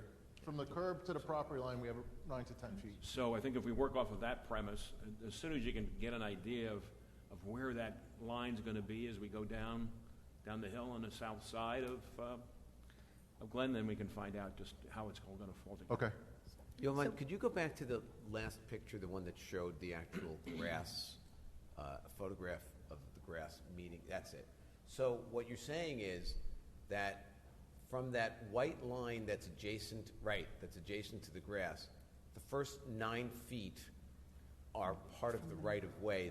That grass is not owned. Add one more, because this white, the curb is going to probably be 1 foot behind this line, so let's say 10 feet. Okay, so 10 feet from that white line, the homes don't own that property. Correct. Okay. And I know that the original request in the capital budget was about $1 million for this project, and this is essentially taking out $700,000. Got it. Yes, you've answered that question. I'm good. So, Jovan, can you go back in? Because this is my question for Matt. So a couple things. For everyone on the council, my neighborhood doesn't have sidewalks. So if you're ever at my house and you want to see an example, all the public utilities are on people's lawn, it appears, to give you an idea. So if you want to see in Woodside Park, next door to me, my neighbors have a fire hydrant on their lawn, but it's not really their lawn, it's ours. Just so if that's an address right next door to my house, you can see how it works. And when we first moved here, I wrote Heather and I said, hey, there's a dead tree. Is it mine or is it yours? And I was like praying it was the town's because it's so expensive. But my concern legally, and Matt, you'll see this, is that a lot of these driveways have retaining walls that are conforming to the street. And when we take the property that is rightfully ours, which sounds somewhat aggressive, we're going to impact. That one's not a good one. Go to the next driveway because it goes all the way. There are a couple that may have retaining walls all that the way to the exist street in the right of way. Yeah. And the one next one is, we may impact some of the retaining walls on their driveway. Like the next one up, you can see the examples, and that's my concern. This one's great. This one's all on private property. I like this person. Good. All right, good. So the sidewalk would start, that'd be great. But I But am the stone wall is in the right of way. Correct. Right. So that's going to have an impact because they built that stone wall. I think you face the same issue on the properties that they already did up at the top of Glen by Monroe, because when you got up there, the issue is that all of a sudden their front yard appears to be much shorter or shortened than what it was or what they felt it was. And you trade that, you don't trade it, but basically from a legal standpoint, the right-of-way is not property that is owned by the private property owner. And we're able to do that, but having the sidewalk is the advantage, and that's really what the trade-off is. Jovan, on that, These are old head east, and you can see on the north side of the street, you can see a fire hydrant, so people can see. Yeah, so here, this is old. This, Yeah, 'cause 2013. these are sidewalks now on the other side. Must be like a glitch here. All right, so we're back to 2021. The north side doesn't have sidewalk yet here. So in 2015, 2016, I put the curb in and kind of had this ready just in case this came along one day. And then, yeah, so here you have a hydrant, a utility pole, and we went behind it. We cut the cedar tree down.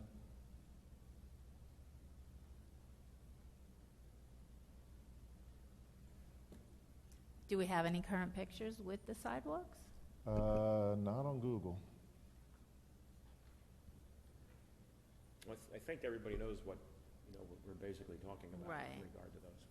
But as a reminder, we did have to move a lot of Right, trees like, or look at or all that. landscaping Sure. on the side where the sidewalks are. And there So- were many neighbors who There were.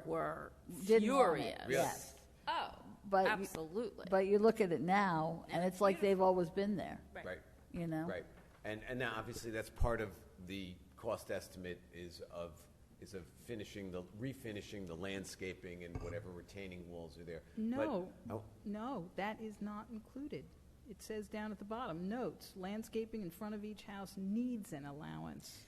Yeah, don't but I have a think number that's there. I here. think I put. No, I think there's Jovan had this same exact sheet, and it had the cost as $214,000. Oh, here, you're looking at it. Then, when they added the landscaping and Here, other it's- things, it came up to 287. Item number 11 is slope restoration, including landscaping, okay. $75,000. All right. So that's an allowance for each resident to get them back going to normalcy. Right. So back to the question I'm trying to get to, which is the original proposal was for $1 million. Tell us the distinction between that proposal and this one, which is $700,000 less. It's strictly the retaining wall.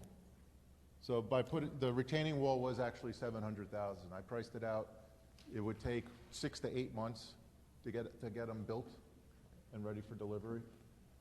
But by putting the wall in, you're flattening everyone's yards. They might be a little more usable and friendly. Probably should plant something at the top of the wall.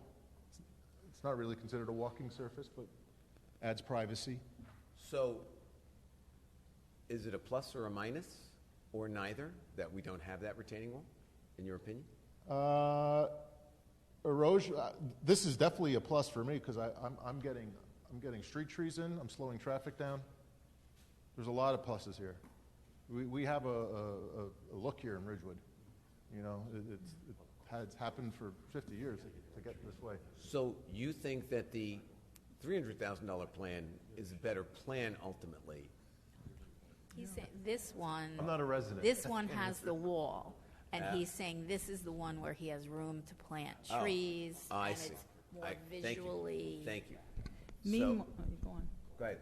Meanwhile, we had a complaint from a resident who said, you plant trees there and we won't be able to get out of our driveways safely because we won't be able to see.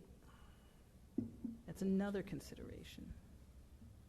I mean, if we're mostly in agreement, how do we move forward to the next step to engage the residents? I mean, I think we're all, There he but is. what do we need Wait. to do that? We Wait, just say, before we get there, I have one more question. The note that says most driveways will need to be regraded to the garage, is that already incorporated in this estimate? Because oh, there it is, driveway restoration. I see it, number 10. Yeah, so the steeper driveways, we're going to have to go farther back just to make them drivable. I don't want people's bumpers. Well, the scraping estimate them. I have Right. here is $7,760. Do you still agree with that figure? No. I'm sorry. What do you think, Jovan? I lost track here. Here you go. Number 10. Number 10 says Yeah, but I hot have mi- the outdated one from this email. No, that's going to have to go up more.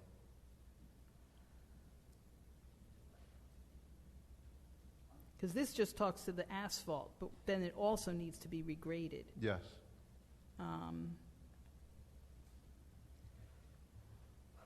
I can recalculate that number for you. Okay, thank you. Could I make a suggestion? Is it possible to get an idea of a price to do all of the heights bump outs, then start sidewalks at S Hill and just go up to where it would meet Alpine on the other side? Because if you did that, if you did the crosswalks and sidewalk up to, on the south side, directly opposite of Alpine, then you would have a path from Monroe to Maple. Not on one side. You'd have to, say, come down Monroe on the north side, cross over at Alpine. You mean West Glen? no, she means You here, said- she means you short. said Well, at Monroe. the intersection of Alpine, yeah. Cross to the other side of the street. And now there'd be sidewalks on this side of the street to S Hill, and it could get you down to Maple. Could we get a price to do that? Sure. I'd like- Because then the sidewalks that are from this intersection on the south side up to where they ended really don't matter. Not that it doesn't matter, but this is a flatter area. It's, if you want to walk it, you actually could, or you cross the street and there's sidewalks from Alpine up to Monroe. Does that make sense? It makes a lot of sense, actually. I would like to see that proposal because and again, you know, this is something we all want to get done. It's a dollars and cents issue, but you're at $335 without some extra allowances, and I'm fearful that this is going to rise beyond where we want to be if it's not already where we want to be. So I think that would be a terrific set of numbers to look at because clearly we can get the bump outs done and we can figure out how to get that done. And if we could just do that much sidewalk, if we could see how much that is now. You know, a while back I talked about perhaps bifurcating this project. I think that might be a good place to look at it. Okay. No problem. Could I just ask, is there consensus about the S Hill intersection, that whole intersection? Everyone agrees with those bump outs? Yes. Because this is something that if you all agree, we could get a more realistic price, but they could prepare the specs and go out to bid. Because really, otherwise it won't get done this year. But that part at least could get done this year. Could get done this year. That's And the I don't know part. that I agree with you that we should do all of it together and not start with the bump outs. I think the bump outs are foundational, and I think it's worth starting there. Just to be clear, what I said is it's silly to do the sidewalks without the bump outs, not the bump outs without the Oh, sidewalks. well then because I the think we're all- sidewalks would So you're increase all the- okay with moving We're all forward on the with same that? page. The number is a number that we can figure out. Right. And as Jovan said, if this can be done by Thanksgiving. I think that's important because otherwise Well, you're going to... you just added like 1,000 feet of sidewalk and curb, though. No. What we're Okay. sa- Just the heights intersection. part, okay. Just the intersection. What we're saying is two things. And please correct me if I'm wrong, is that I think there's a consensus opinion that we want to do the bump outs. Okay. ASAP. ASAP. And then we'd like to see a number or a projection for Lorraine's proposal to see how much that would cost. But we could move forward with the bump outs regardless. Great. Right. And through you, But we Mayor, don't want to wait until the bump outs are done Yep. to get the cost projection Oh, I for can the get that to you in a sidewalks. couple days, no problem. Okay, Great. great. I mean, roughly there's 6 houses as opposed to 15. So it's, if we prorate it per house, we get the number, and it's 6 It's houses. tough houses, Yeah, I mean, though. they're, yeah. And then Keith, perhaps you can begin that conversation with the residents. I mean, certainly this is something that, again, as Heather pointed out, the other job was done on the north side where the residents were unhappy with some residents were unhappy with the idea of it, but now it looks terrific. So I'm going to meet with engineering next week. We'll talk about this. We'll revise the numbers as per the councilwoman's recommendation. And then once we have that solidified, and maybe even another discussion with council, then I would feel more comfortable going to the residents once we knew exactly what the scope of work is going to be. What we don't really want is a lot of opinions about how it's going to affect each individual home, especially if we're going to reduce the scope of the project for the time being. no, I think that's a good way to go. Yeah, but if we have another discussion, the next discussion is not going to be until August 2nd. And are we losing precious time to get it in to be done by November if we really do nothing between now and August 2nd? Are we talking about the bump outs? Yes. Do we? No, I'm The sorry. I was bump talking about outs the can move sidewalks. I wasn't forward. talking I was about just talking about the sidewalks. Okay. Yeah, I think Okay. we're all in consensus that let's move forward with the bump outs, and while we're doing that, get a number on the limited sidewalk that Lorraine proposed, and we can do both at the same. We can look at one while we've begun the project on the other. Okay, but there was a discussion tonight where, people are going to be mowing much more land, and I think Keith was saying he would talk. Much smaller scope of residents, though, so I think we can handle them separately. I think that would be the strategy to go with. Okay. Other than me tuning up my lawnmower, that's an easier sell than Right, than the right. So sidewalk project. you can get started on that conversation Understood. ASAP? Okay. Absolutely. Great. We'll talk to Chris next week when we meet. So we'll have a Title 59 approval for the council meeting next week on the bump outs, okay? Great. Thank you. Yep. Oh, Jovan- Jovan, thank you so Jovan, much. Thank you, Jovan. Excellent job. Really appreciate all of this. Again, I'm especially impressed myself with the bump outs because you could play a Little League baseball game in that intersection. I'll give you 100 more places we can do this. Yeah. And One at a time. One at a time. So thank you very much, Jovan. All right, guys, thank you. Thank you. Moving on. Mayor, our next presentation is the update from Cultural Resource Management and Historic Preservation, our specialist, Peter Primavera. Peter?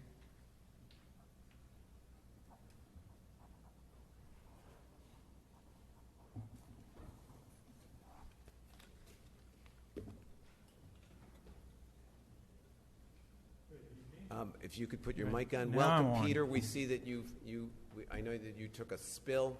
I hope your arm is recovering well, and that doesn't slow you down too much. It slowed me down for a couple of weeks. I fell off a 6-foot ladder and broke and shattered and dislocated all sorts of things, and I look like, as my 12-year-old son says, Dad, you're starting to look like Optimus Prime or a Transformer, but I'm healing and well on my way to recovery, and the prognosis is very good, and I appreciate it, Mayor, that you asked. So fortunately, I fell on this and didn't fall on this, so I'm still operational. Let me do 3 parts of our presentation tonight. And I'll also try to clarify some of the public comments that were made, just so people get some of the clarifications and answers about what we did, didn't do, what we said, what we didn't say. First of all, my proposal, which I'm working under right now and presenting results of, is an assignment to figure out, was there a way to build athletic fields on the Shedler property while preserving the historic A.L. Zabriskie House, which is listed on the State Register and the National Register. So the object was, 1, to figure out how to best do that, and secondly, and maybe more cumbersome, and we've had lots of discussions about this, was to figure out how to go through the regulatory process. Who would have jurisdiction over what we do beyond the town? The town jurisdiction is this council.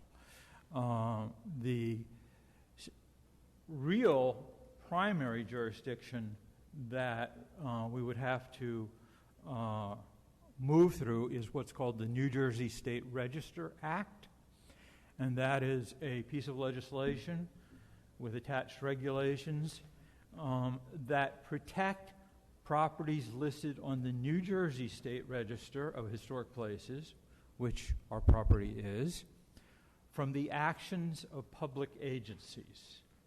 That would be municipalities, counties, regional authorities, the state itself. So the New Jersey State Register Act is the piece of legislation that would involve the State Historic Preservation Office, which is part of DEP, and we all call the State Historic Preservation Office the SHPO, State Historic Preservation Office. So what would be required to build anything on this property, and what was required when monies were received from the New Jersey Historic Trust, which is a separate agency in the State Department, that project was already reviewed by the SHPO. The SHPO had to review what was going to be done to the building under the State Register Act using township money, county money, and New Jersey Historic Trust money. And so the SHPO is familiar with this property in another way too.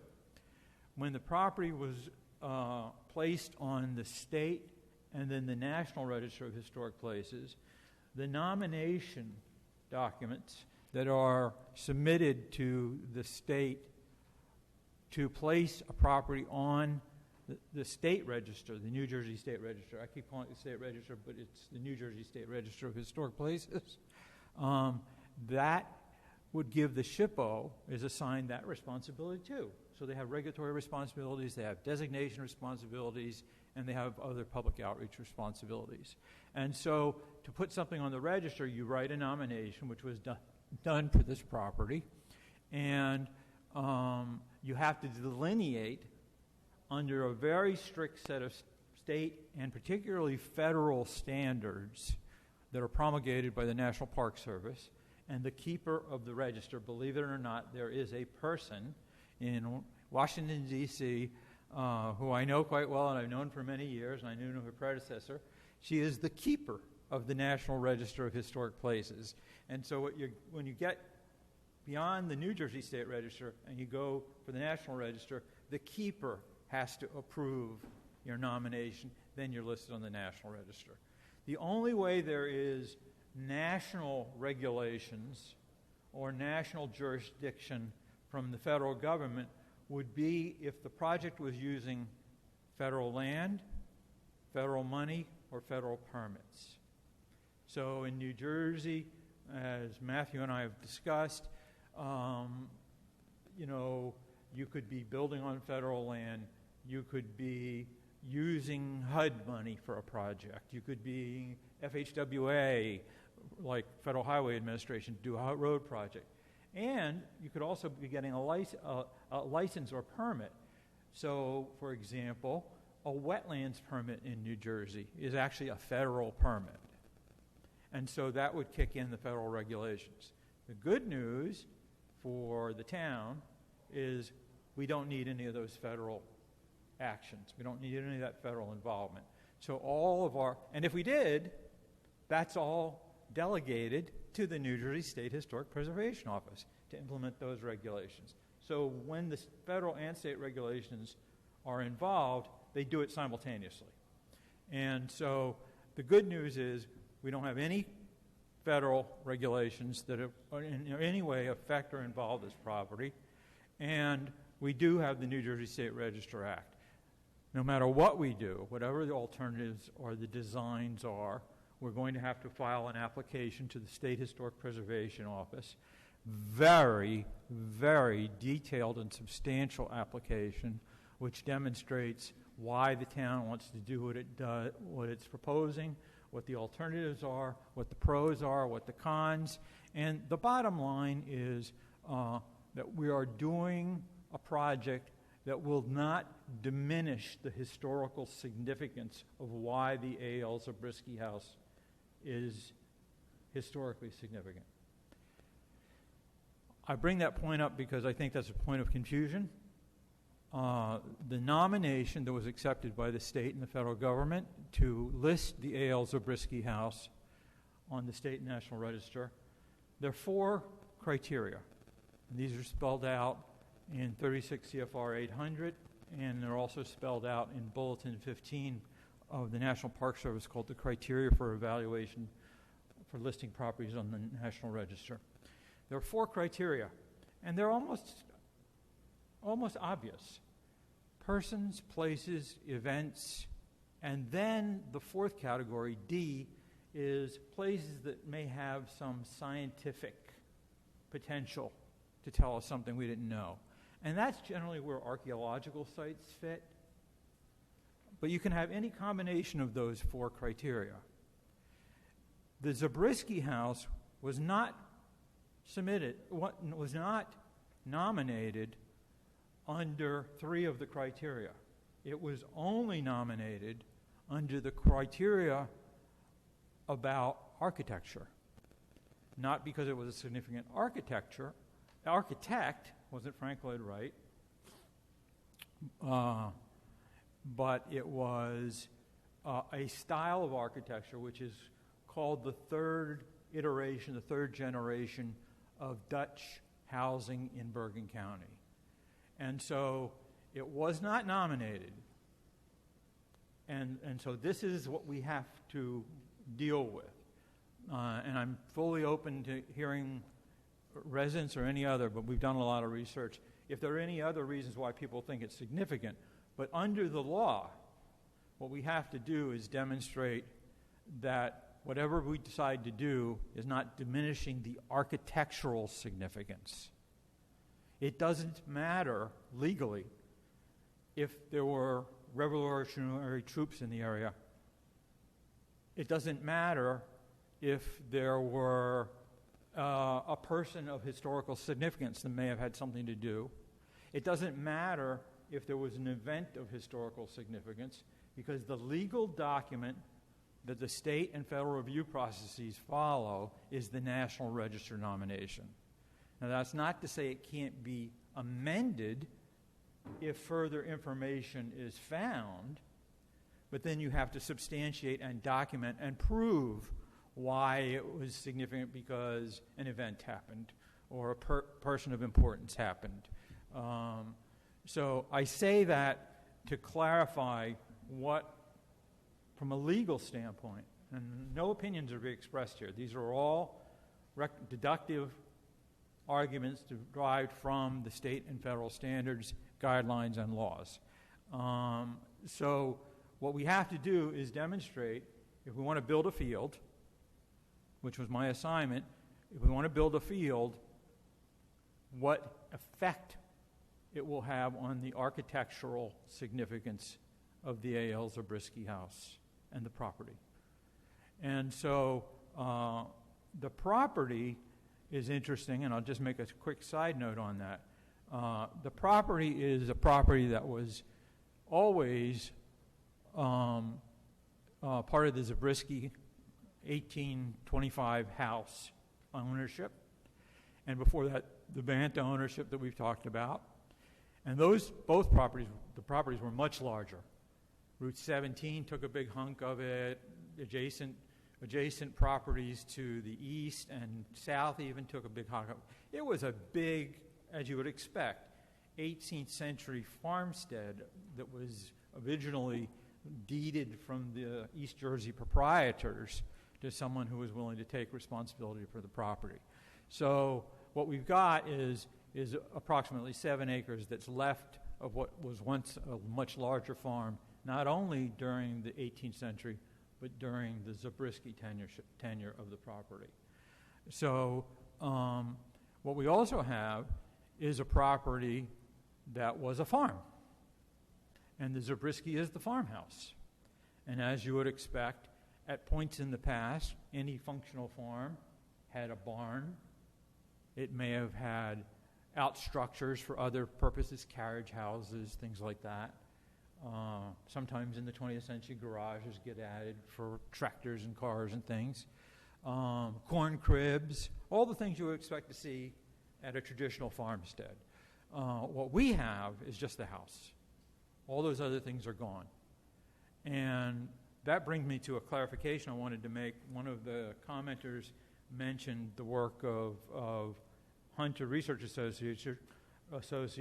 Richard Hunter and I have been close friends for the better part of 40 years, and we've known each other, been competitors, and done and competed working on and completed studies of each other's work and further investigations, and we've even evaluated each other's evaluation. But much more important than that, the study that was done by Hunter Associates was not done by Richard Hunter. It was done by a principal investigator, an archaeologist named James Lee, who I know extremely well because James Lee got his first professional job in the field of archaeology with me and trained with my professional staff, my senior staff, for several years to develop a very broad and excellent set of skills and expertise in doing historic period, not Native American, historic period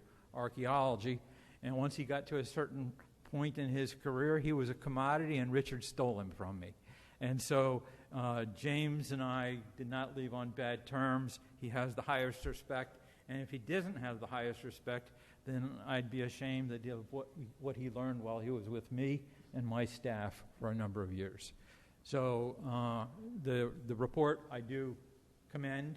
I do have specifics to talk about in the report. I don't think we have to tonight, but if there are any questions, more than happy to do so. I've read that report 3 times, personally, and know a great deal. One of the best things about the report is the historical research that was done above and beyond the National Register nomination. Then additionally, there was further historical research that was done by Connolly and Hickey when they got the contract to do the preservation plan and the restoration of the house. So there have been multiple historic preservation professionals in archaeology, architecture, architectural history, landscape architecture who have studied this property before I even got there. And A lot of it is very, very good. And a lot of it can be evaluated in detail, and that was part of our assignment.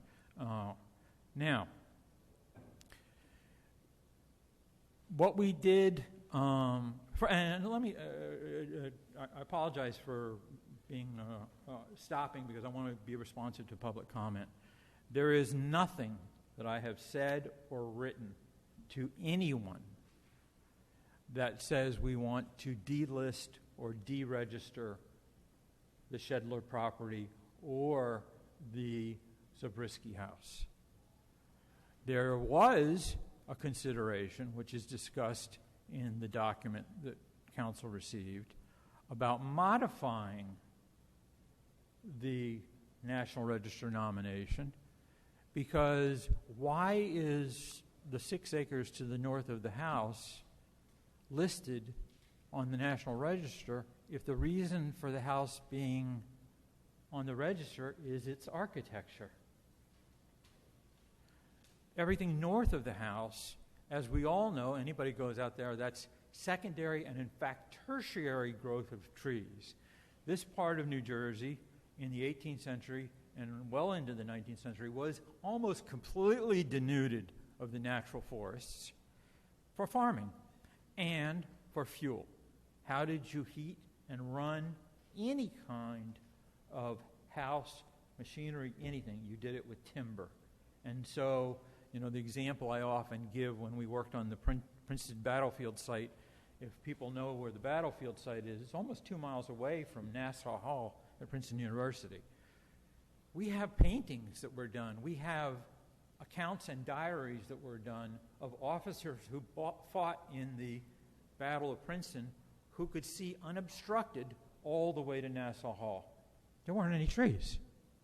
The only trees were a couple little orchards that had been planted by farmers on a couple little places. But there weren't any indigenous forests. There wasn't even secondary growth because it was all being farmed and it was being timbered.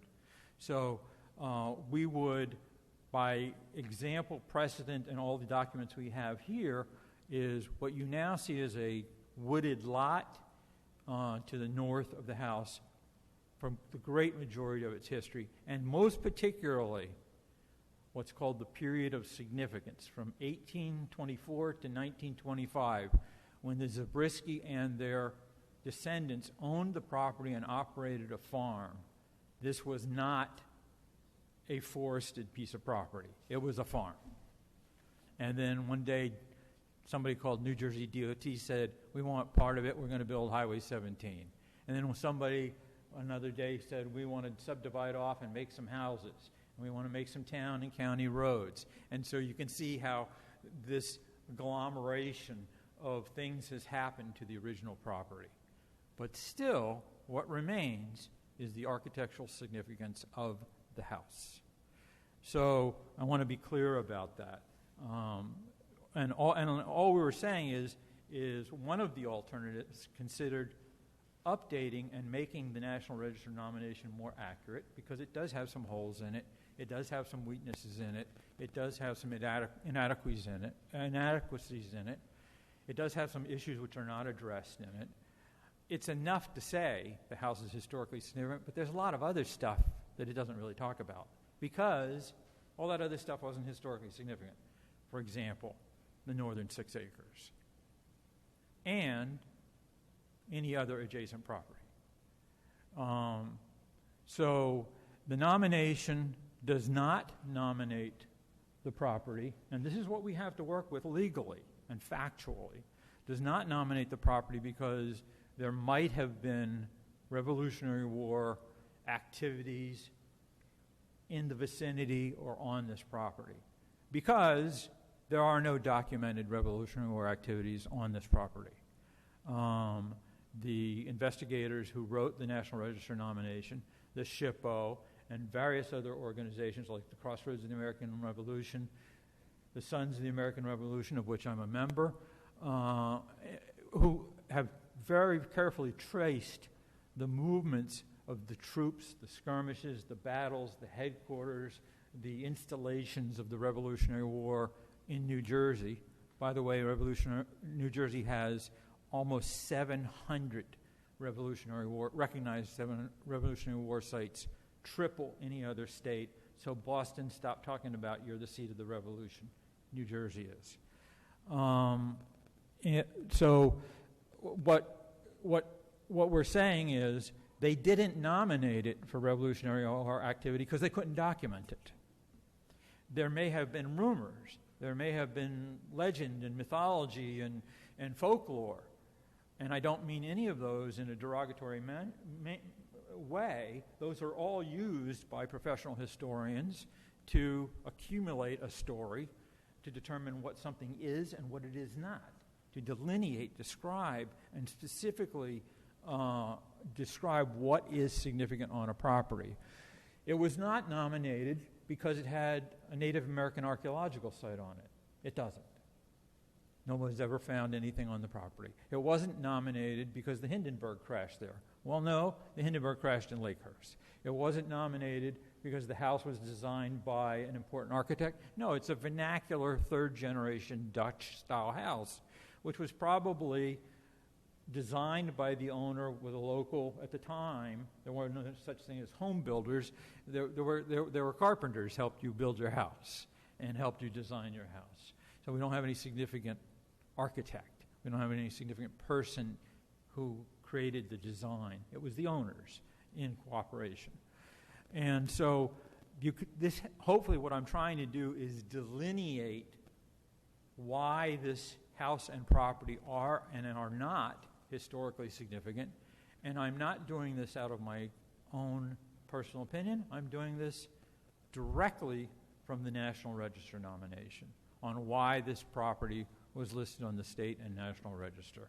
And that will be what we have to deal with as we move forward, as we consider scenarios of how we're going to build athletic facilities on the property, on how we're going to have to present to the state under the State Register Act what is and isn't the best treatment. What is and what I mean by that, what is the least harmful, or what causes the least encroachment, or as we say technically in the field, what does not create an adverse effect on what makes the property historically significant? Architecture. Okay? So that takes a lot of things off the table, but it then zooms us in to a very specific factor about what could affect that. Adding to the building could affect that. It's done to historic buildings every day, but it has to be done in a historically sensitive way. Adding new buildings around it could have some effect. Reproducing the barn, which we know exactly where it is because I can show you the dry-laid stone foundation, which is immediately north of the existing house right now. And Jim Lee, in his report from Hunter Research, identified and photographed it and talked about it. I went out and confirmed that it's exactly there. It's a dry-laid stone foundation for a very small barn that was there at one time. It's not mentioned as a significant feature because the barn's gone. And we don't know what other ancillary structures were there, but we know a farm would have had them at one time. They're not there, so they didn't get listed as part of what's historically significant. So if members of the public want to see what I just described, and I know the council members have seen it, my first proposal specifically cites all the standards, the regulations, the guidelines on the National Register, the State Register Act, even Section 106 of the National Historic Preservation Act, and how we're going to follow them and guide us to the best possible solution to preserve the significance of the Zabriskie House while attempting to build an athletic facility on this property. That was my assignment. And so everything I've done is not express personal opinions or professional opinions. Everything is guided by the state and federal standards.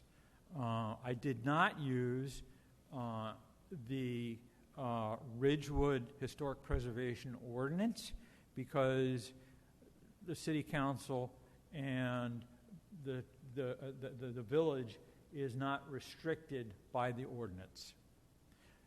But the good news is the ordinance specifically says this ordinance is derived from the exact same standards that I just listed, the state and federal standards. And those are what dictate how the ordinance is implemented. The Federal Register, the National Register, the State Register, the Secretary of Interior standards, all of those standards and criteria are what your ordinance uses to evaluate historical significance and the impact on historically significant properties. So let me stop there, but I want to say one other comment when I do. The analysis you have is not a full-blown final report. What I was asked to do in preparation for this meeting is to summarize my study.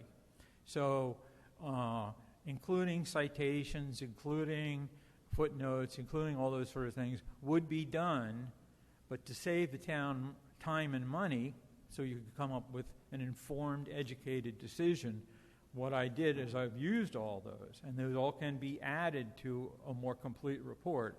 But what you've got is the results, and what you've got is the conclusions and the recommendations. But they're all based on established historical information, historical fact. And I would like to, at this point, thank a couple people in particular. And one is Heather for being patient with me as I constantly ask her for one thing after another, and we gathered tons of documents from the state, from the county, about funding sources and how the property was designated and what agreements exist about the funding that was used to restore the building. Heather and her team, and I think mostly Heather, spent untold hours digging up every single, and I know what they have to be. I know what documents have to be there. She found them all, and we reviewed them all. And this report is a result of us reviewing all those previous documentation. So thank you. And we owe her a debt of gratitude because it was a lot of work. The second thank you is to Councilperson Winograd, who met me with Matt Rogers at the site when we did a site inspection. We walked through the building, we walked through the property, walked all over the property, and then I had the fortunate happenstance of being driven back to the train station by Councilperson Winograd, who gave me a tour of the Ridgewood Village and all of the interesting historic sites and cool neighborhoods and interesting styles and people and events and history. And, you know, we made a special stop at the high school because of its spectacular architecture and things like that. But she also provided me, as a longtime resident, who, like Pam said tonight, a lot of information not only on the sword that's been alleged to be associated with the property, who saw the sword, when they saw the sword, what the sword was documented, the sword was verified at a certain point as a colonial officer, British colonial officer's sword. The unfortunate news, and so let me stop. Thank you, because my primary local informant is sitting right there, and that helped an enormous amount because she knew so many people and had so much information that I could get above and beyond all the historical information that I've mentioned previously and the historical research that we did as part of this project. So thank you for all that help and for that community outreach and that local knowledge. So let me stop before I talk about our conclusions and recommendations and find out if we have any questions at this point. And then I'll go on to the conclusion and recommendations. And then I also have some slides because one of the recommendations considers actually moving the house. And I have some slides and information which I can share with you tonight about how historic houses are moved, examples of historic houses that are moved, examples of historic houses that are moved in Bergen County, an example of a historic building that was moved in 1989 after a study that I directed in Ridgewood, the Hopper Van Riper Mill, which was moved under the same state regulations. So, Peter, thank you so much for that very clear, incredibly thorough review of where we stand today. I know that for all the discussion that there has been, I just learned so much about this. And with that, I'm going to open this up to questions from the council.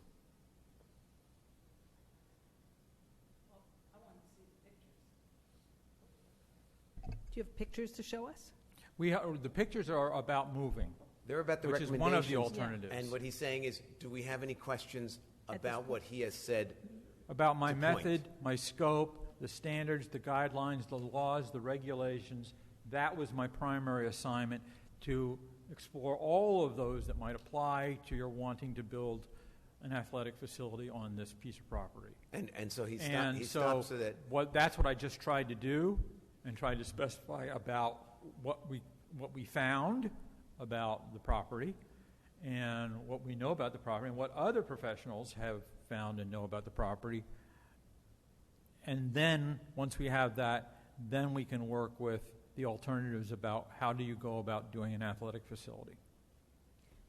So you agree that it is an example of third-generation vernacular Dutch architecture? Yes. Okay. Which, I don't, please, again, don't take this as derogatory. Bergen County, among architectural historians in the country, not only in New Jersey, but particularly in the Hudson Valley, which was the Dutch settlement region in this 17th and 18th century, Bergen County has one extraordinary asset, which has been studied by, and PhD theses have been written about it, and that is 18th century stone Dutch houses. There are over 200 existing 18th century stone Dutch houses, all dating from the 18th century, a couple of them from the 17th century, and they were all thematically nominated to the state and national register at one time. So it's not like a historic district. They identified each one, they wrote up each one, and these 200, and I think it's 201 or 202, 18th and 17th century Dutch stone houses, which would have been the first wave of immigration of the Dutch into New Jersey, have been documented as historically significant. What our house is not of that period. It's 1825 house. There was a second wave of Dutch-style houses after that initial settlement, and that changed a little bit. It became a little more vernacular. It became a little less Dutch and a little more colonial American. And then there was a third wave, where there were still Dutch influences on architecture, and that's what the Zabriskie House is.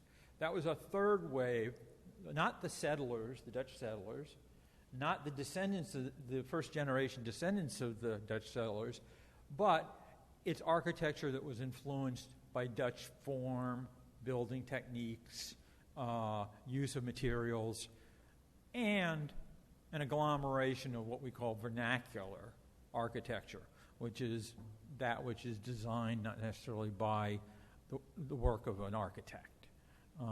It's designed by a homeowner or a carpenter or a guy you hire to build your house. Other questions? Yes. Hi, Peter. Hi. Can you tell us, like, what historians or professionals you spoke with to get information? Well, primarily what I did is did a lot of reading. And we read the National Register nomination, which was the most important document, which is authored by Connolly and Hickey, who were eventually hired to be the architects. They have architectural history. Margaret Hickey, who used to work at the State SHPO office 20 years ago, is an architectural historian with a degree from Columbia University, master's degree at Columbia University's preservation program. Margaret authored the National Register nomination. And so we have what Margaret has to say in the nomination about what is and isn't significant. Then we have further investigation by her firm as they studied the house in preparation for the restoration and reuse. So we have those reports and studies, which are done by her and other members of her firm. And then we have the Hunter report, which I prefer to call the Lee report, because Jim Lee wrote it and was the principal investigator and the chief archaeologist, and someone I know and trust and have worked with for many, many, many years.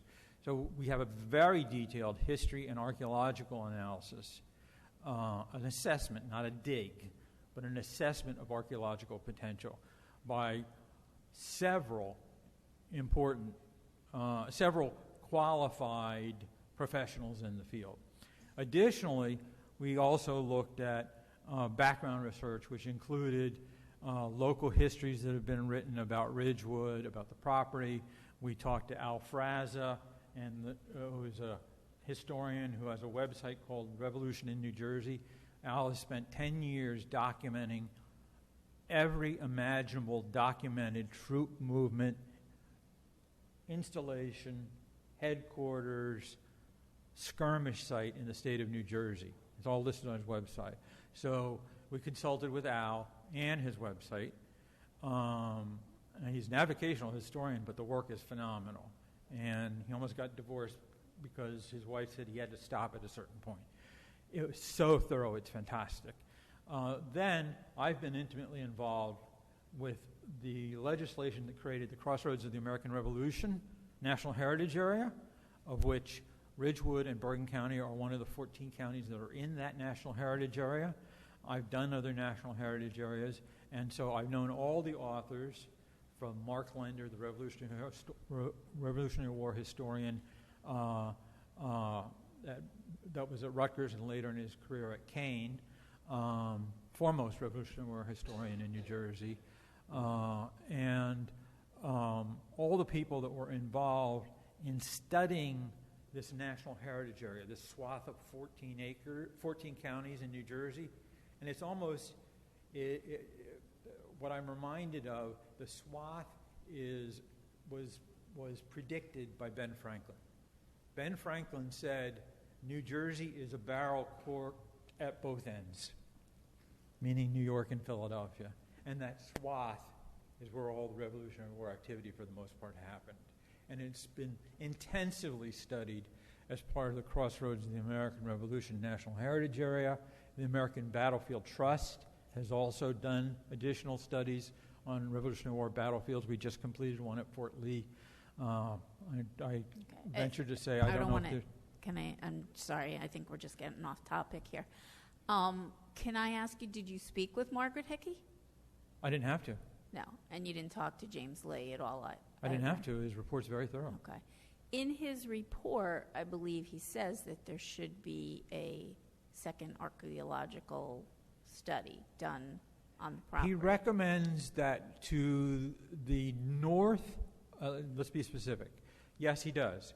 And he recommends, in a specific diagram in his report, a sort of oval shape to the northeast of the house, where archaeological investigations could be done to accomplish primarily one thing, and that is find remnants of the previous farmstead outbuildings.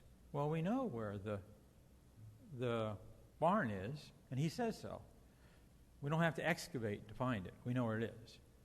And if there are any others, that's what we would call an archaeologically sensitive zone.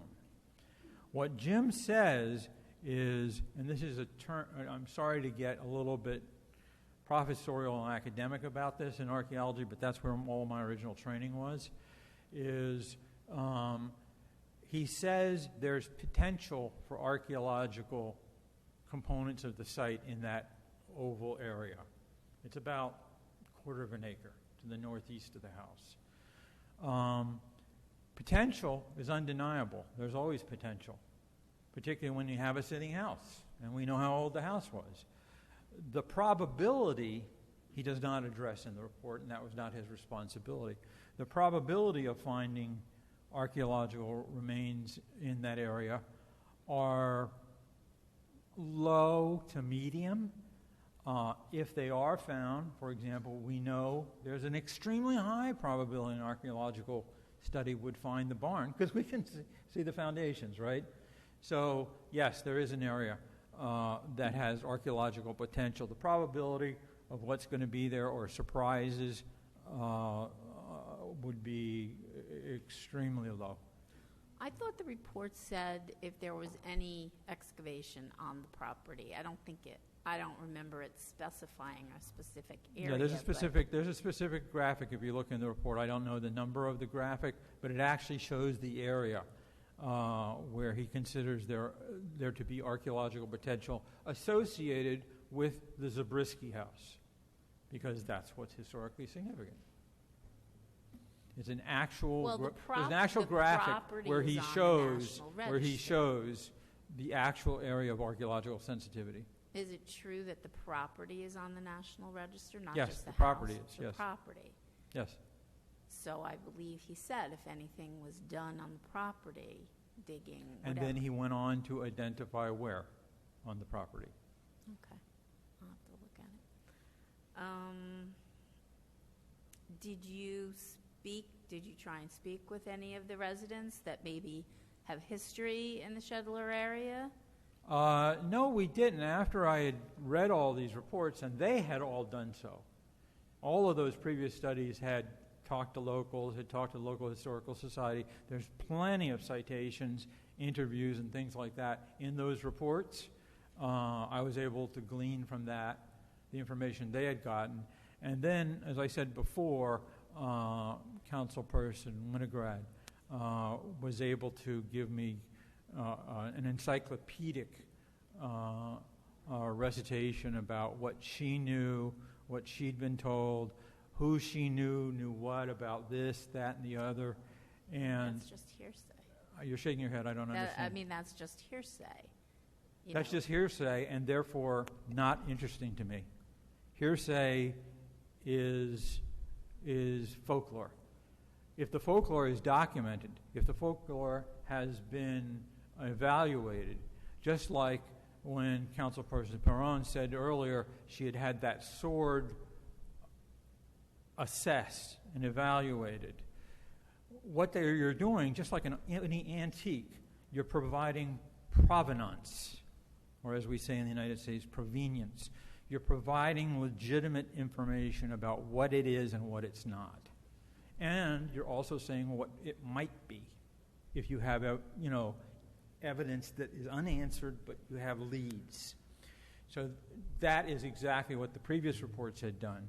And so I felt, as the lead investigator on the project, I had enough information already, but everyone here, since I was first engaged, has had my phone number. It's on my proposal, my website, and my email, and it's on LinkedIn, it's on my website, it's on my proposal, it's on all the documents I've submitted. If anybody had any reason to send any information to me, they've had a couple months to do so.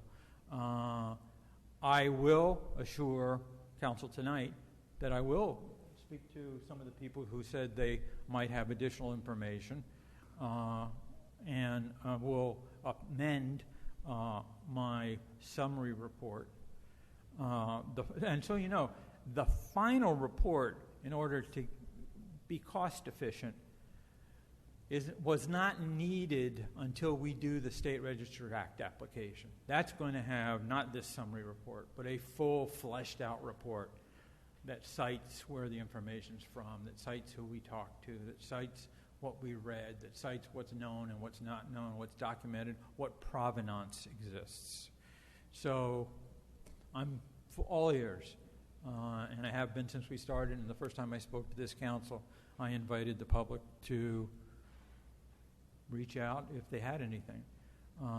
We felt that the reports that had been done previously by professionals had done that once we read them, and once we had talked and Councilman Winograd, Council Woman Winograd, council member Winograd. I never know what to say. We like council member. Council member, that's a good one. Council member Winograd, she had showed that she had made such an effort, and then she'd reached out to other people as part of her own interest in the property and her own interest in the historical sensitivity of the property. I felt between what she provided and what I had in all the professional studies, who had also already reached out to the public, I had enough. But that said, So, Peter, I just want Councilmember Reynolds, I am all ears. during that one, Either tonight or any time subsequent, if somebody does have anything. I just want to add a little bit of background because Pardon me? I'm here. So from the very beginning, I reached out to Peter. I am the Parks liaison, and I wanted to be helpful. I also was very much determined to have Matt at the table because legal hadn't been involved, and it is land. I want to thank Heather, Matt, engineering, and the Bolger Foundation. I also want to be clear, I gave all the information. It wasn't hearsay. It wasn't anecdotal. I started with the plans and when they were submitted from the original purchase and how the house was not present on any of the plans until 2014. So it wasn't like, Siobhan said, my mom said on the third Tuesday. No. It was the timeline. You gave me names I and gave the dates. names, the dates, and the timelines. I just, because the public is watching, this is our second most expensive capital project. I want to say a couple of things. I think the general consensus prior to me being on the council and within the community, within my committees, both parks, fields, sports, was that the house was in. The house was historic. It was historic in structure, not an incident. And I think sometime between 2020 and 2021, when you guys took your seat, there was an extension to the land. And that took everybody by surprise because it wasn't promoted, it wasn't disclosed, our internal departments didn't know. So the question for me, speaking in my voice, was never the house. I do want to say, because Ellie's here, the house is in great condition. The restoration looks wonderful. Connolly and Hickey's done a really good job. I learned a lot about its structure. I think Matt Rogers is a reluctant field trip participant, but I think he had a good time. So the house... The house was very interesting. I think where the question for me personally with this, where Peter had a lot, is at what point outside of the public light did all 7 acres become historic, and where did that come from? And in that, as you all know, before I was up here driving you crazy, I was driving you crazy as a member of the public, and this was a critical issue because, again, it's of extreme importance. Not only financially, but it's lingered too long. It's gone on. I provided minutes from the original purchase when we went to Bergen County, where Dave Fund, as you know, quoted that this was going to be a field, and all of those timelines. That being said, at no point did I confirm or deny that an incident occurred. The main reason I wanted Peter to go out there is when you go out there, you can see its adjacency and how close it is to Old Paramus Church, and it adds to it. I do think, as you guys know, it's very important to get out there and see things. So on top of that, people have said, how do all my committees always know about these things? Part of my job, since I've gotten here, and I do it a little differently, is I tell all of my committees about everything. So when I sent it to the Fields Committee and the Parks Committee, people started writing letters of support regarding our resolution. And I thought that was a good thing. Those are all in the subcommittee meetings, and I connected all those letters of support to Matt and Peter. At no point, nobody should think that it was my version of anything. It was rooted in agendas, timelines, documents, and old versions. And for me, I think this was a unique opportunity because, the house is in. What we want to do with the housing, the 2 original questions for the housing still stands. From 2008, there were 2 questions presented about the house. Interestingly enough, what's the source of funding and what's the future intended use? 14 years later, we still don't have answers to that. The land sort of came into play in 2020 as simply an adjacency thing, and the lure of that an incident happened there has never been documented. So, that's for me. I don't, as you know, because I'm sensitive to the ears, I love facts and I love links, and I did send all that to him. And in terms of community outreach, I not only advocated within the sports community, but as you know, I reached out to my access group about the potential of the special needs community, running a bakery out of the location. So, that is my job. I feel like my job as a council member is to make every one of my committees aware of each other and what I've been doing, and that's what I did. So I hope that helps. I hope it adds context. I'm very grateful for Peter's time. I'm very grateful for Heather's, Engineering's, and Matt's, and also the Bolger Foundation, because that is a great source of information because it's here and it's a big part of our history locally, and that's it. May I quickly add for Councilmember Reynolds and the board and the public's information? The process of doing historical research is a long-standing, constantly revised, disciplined, deductive process of using empirical evidence. And when you talk about who did you talk to, for example, what we talk about when we do our historical research, and Jim Lee did it, and Margaret Hickey did it, and we did it, and other histories that have been done. By the way, we've spent over 16 hours on our own in the Bolger collection at the town library, which is my favorite place to go in this town. It's just a treasure trove of historical information. And I usually see maybe one older gentleman or older lady there, if I'm there at all. I would encourage everyone, including the new town manager, if you want to know the history of this place, go spend some time in the Bolger collection, which is a separate room at the public library. Historic maps, accounts, census, deeds, histories of the county, histories of the United States. Most of it is focused on Ridgewood. It's fabulous, and we spent a tremendous amount of time there. So back to the point that you had asked, Councilman Reynolds, and to the last comments. There's primary, secondary, and tertiary sources of historical information. Primary is Councilmember Reynolds told me tonight it's 9 p.m. And I'm going to, as a matter of fact, say it is now after 10 p.m., and that was an incredibly thorough, document-based assessment of where we are. And again, it clarified for me very clearly. And now I think we'd like to hear your recommendations of where we can go to achieve the goals that this council has voted upon. Okay, there are two recommendations that are the conclusion of my report. The second one came along while we were doing the investigation. The first one was that original site plan that I had been shown, which was the preferred site plan for building the athletic fields and then keeping the house where it is to the south of the athletic fields. And we evaluated that from a regulatory perspective. How would we get permission to do that under the State Register Act?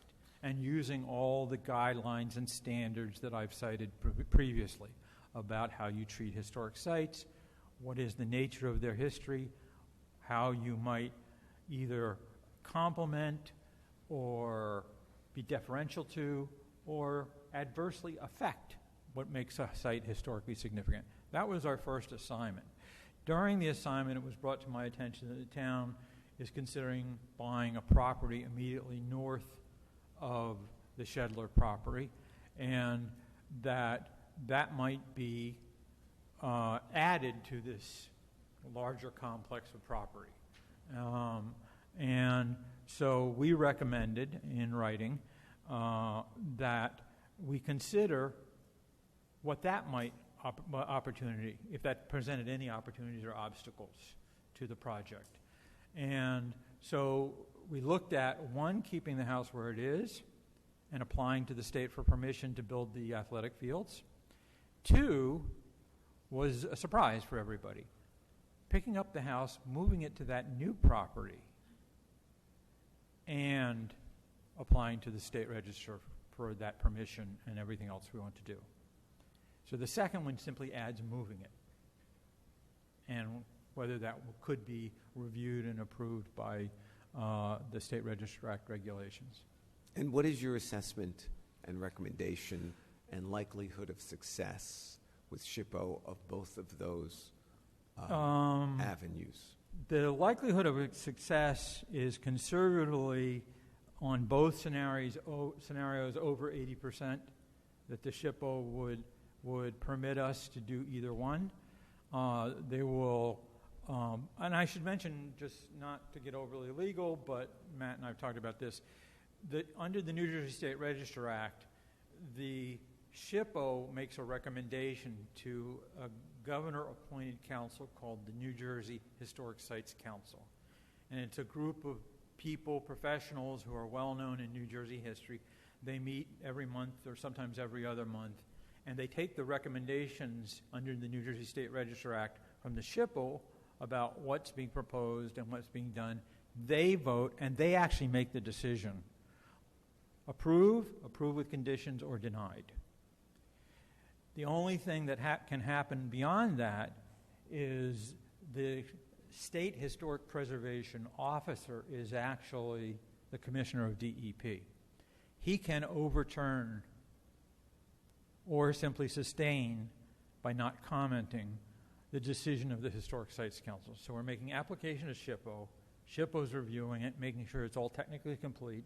They make a recommendation to the Historic Sites Council. We present to the Historic Sites Council, yes with conditions, no.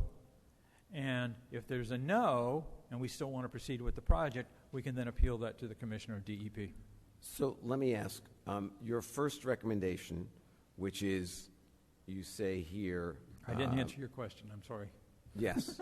To reduce the amount of property registered. Yeah. Tell me about that succinctly, if possible.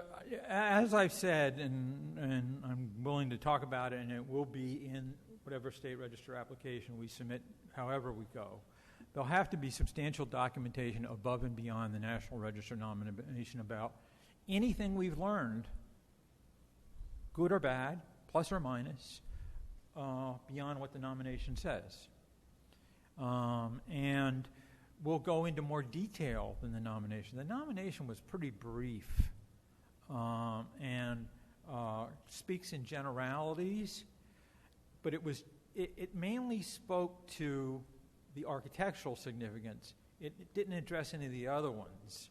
So what we would do in the application is we will be doing that extra research. I see. So what you're saying is, and from what I gathered before, the nominating petition does not talk about the property. It simply talks, and doesn't talk about the archaeology. It talks about the historical significance of the architecture of the house. It makes the argument that what is significant is the architecture of the house. Right. So are you talking about removing... So it's only listed under that criteria. Right. So are you talking about removing the balance of the property from the historic registry? Under the first scenario, what we were suggesting is there's two things we can do. There's kind of two versions of the first scenario. One is we just go in and apply as is. And we say, yes, we are going to be building on property that's designated, but we were going to be building on property that's not part of what makes the Zabriskie house historically significant. It's just part of the remnants of the farm that once stood there. So that's one version of scenario two. The second version, and this may have been the confusion about deregistering or delisting. The second version is we actually do amend the National Register nomination. As if we were putting it on, we do this all the time. We go back if you find new information or you want more specificity or the specificity matters to the historical fact or the goals of a public agency. We can amend the nomination so that we could just say, the acre or something like that. I'm not sure what the boundary is. Right. We haven't come up with a conclusion.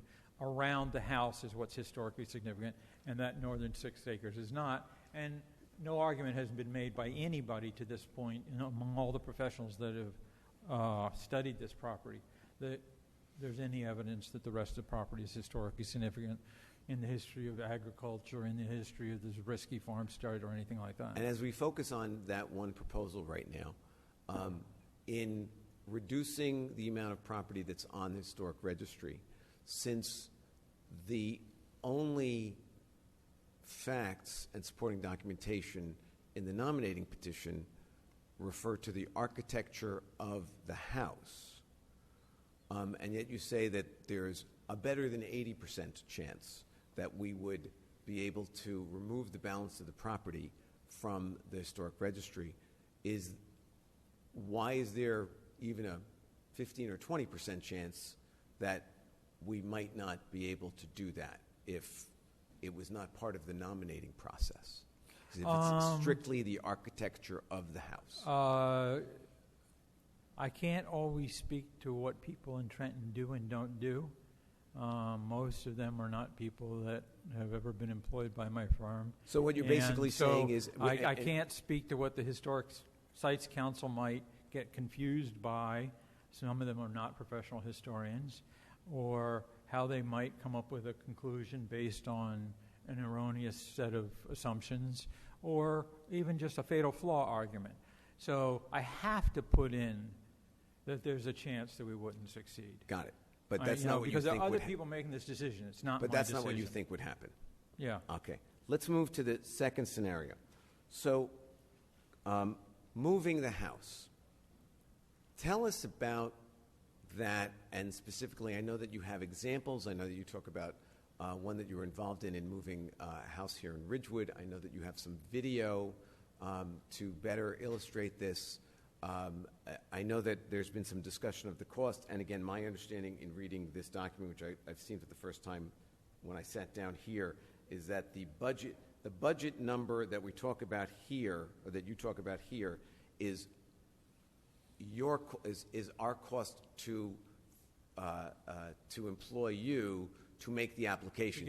This has nothing to do with the cost of moving the house. I have made no estimates about moving the house, but other than I have been asked by members in the council of what does it cost to move a house, and I've done it plenty of times, and I have lots of experience and know of plenty of others, and we've said to move a house, as long as we don't have to put it on public right-of-ways or move it any substantial distance, if it's a move that can be done in one day, like, for example, pick up the house and move it to that new piece of property you've acquired.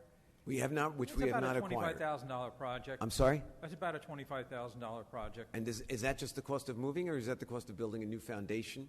That's the cost of moving, and usually that can include foundation. But it depends on how busy. There's not a lot of movers, and you bid the contracting work to build the new foundation. It's going to be in that range. Sounds a little skinny to me. Sounds a little skinny to me. Sounds like building a foundation might be $25,000. Oh, no. Yeah. No.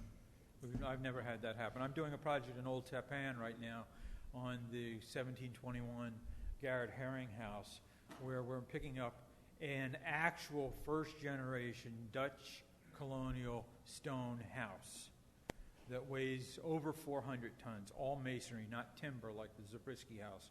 We're picking it up and we're moving it. And that example that we're working on right now with Old Tappan is well under that number. Moving the house sounds a little dramatic to many of us. It does. Would you tell us if this is something that is done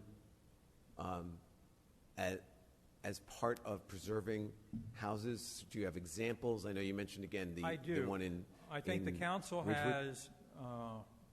Let you finish your thought. I started talking. So sorry. The council has a memo email I wrote on the 12th of July, 3:44 p.m., and another one that's attached. That was primarily sent to Dylan, your IT guy, in preparation for tonight, so we could show some people some slides and a little video of what's involved in moving houses. What I would say first is, let me say, the first and most relevant house that's been moved was the Hopper Van Riper gristmill in Ridgewood in 1989. I was asked by the county engineer and the county road department. They needed to improve a bridge, and they needed to improve a roadway, and they needed to improve the radius of the turning lanes on and off that bridge. And the mill was feet away from where this was going to be done.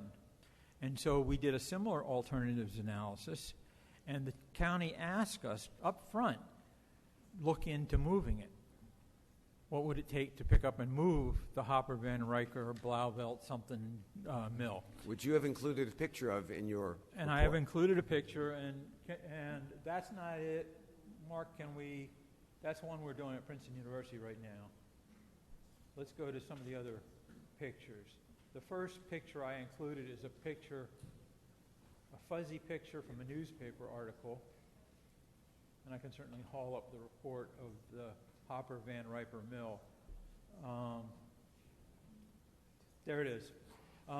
That's the house in 1980. That's the mill, a three-story mill, not powered by a water wheel, but by a turbine that sat underneath the mill, which was common in later mills, particularly in the 19th century. And that's the house being picked up and moved to a county park, which existed on the other side of the river back at that time. I don't know if that's all still the case. And what we all said when we picked it up and moved it, we went through all the regulatory process that we're talking about here, all the same regulations, all the same review processes, all the same standards were presented, and our client was the county engineer, the county of Bergen. And we got that approved to pick it up and move it, that it would be in a better location, more accessible, less vulnerable, less subject to vibration from the road, less subject to... Excuse me, Peter. Guys, if we could just keep it down while Peter is testifying, we'd appreciate it. Thank you. Go ahead. So what we did was we evaluated whether that could be done. We picked it up and moved it. In the agreement that we had recommended and agreed to with the State Historic Preservation, the foundation would be prepared in advance of the move. And for reasons I don't know, the county decided they needed to pick it up before the foundation was done. So what they did is they took that timber frame mill, they moved it to the park, put it on railroad ties, about 6 foot high of railroad ties, which is what you would do with when Excuse you live in a me, historic building. could the folks in the back please Ellie take and your Rohan, your conversation Thank you very outside? much. It's very hard to concentrate. Yes, we If you cannot hear the speaker. Yes, could you please take your conversation outside? It's very difficult for us to hear the speaker.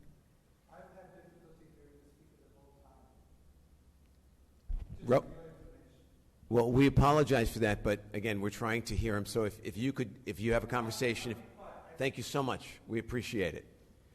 So the tragedy, unfortunately, that happened was no fault of anyone, except it was probably the fault of... Peter, could you speak into the microphone? The tragedy that happened at the Hopper Van Riper Mill was that after we had formed all those agreements, and like I said, one of the things we do, and all the movers will tell you this, and all the architects will tell you this, is you prepare the foundation. So hopefully within one day, you pick it up, you drive it, and plop it down on the new foundation. Peter, let me just jump in. Tell us, how many other times can you list for us to see that this is not a one-off, that this was... I'm involved in 4 other projects in Bergen County alone where we're moving historic buildings right now. Right now? In Bergen County alone. I've been involved in numerous over the years, and in fact, I sent to Heather, and I think you might all have it in your package, an email from Andrea Tingy, who's the Senior Historic Preservation Specialist at the New Jersey State Historic Preservation Office, a list of 10 buildings that she has a lot of information and knows a lot about that have been moved under the jurisdiction of the State Register Act. So, to cut and to so the the chase, State Historic Preservation Act sent us an email yesterday, which you've been provided with. Right. And and I only asked them for 10. There have been many, many more. I just asked them for 10. And one of the most famous is Lucy the Margate Elephant, which we all know and we all love. And Lucy was not where it is now. Originally, it was up near Atlantic City, and that property became very valuable. Margate decided they wanted to save Lucy, and so they paid to move it to Margate, and now you see Lucy where it is. Lucy was moved. So what you're saying is this is not an uncommon practice? No, it's very common all over the country. Got it. So in looking at these two options, and I can certainly see merits to both, what do you recommend? I recommend the move, and I'll tell you why. The first option would require us doing 2 steps, 2 applications. Speak into the microphone. 2 applications, I'm sorry. 2 applications. The first would be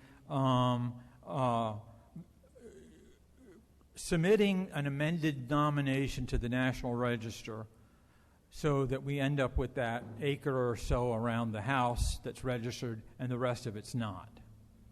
Then there would be an application to build the ball fields. And we would be building the athletic fields on property that's no longer listed on the register. We are adjacent. There is undeniably a visual impact, but we would have removed the physical impact of building on a National Registered property. That's a 2-part process. It takes longer and it costs more to do. A 1-part process is the second scenario, and that is we apply to the same agency to not change the designation at all, to apply to do the athletic facilities, and to move the house to that new property to the north. That can be done in 1 application, and all of these applications have 30-day review periods and sunshine laws and public participation and public hearings. Instead of doing 2 processes in the first scenario, we would be doing 1, even though the house, to most publics, moving the house seems to be more dramatic, or that's actually a less costly and more efficient and easier way to get the project approved. So this idea of moving it to what is currently a building lot, right, in a neighborhood, right, as I listen to it, if it's not that dramatic, it has some appeal to me because it sounds like it will create a better streetscape in that neighborhood. Well, my bottom line is not so much the streetscape, and my bottom line is using all the regulations and the guidelines that I've cited. Not my opinion, but using the regulations, is what we do is we preserve why the house is historically significant.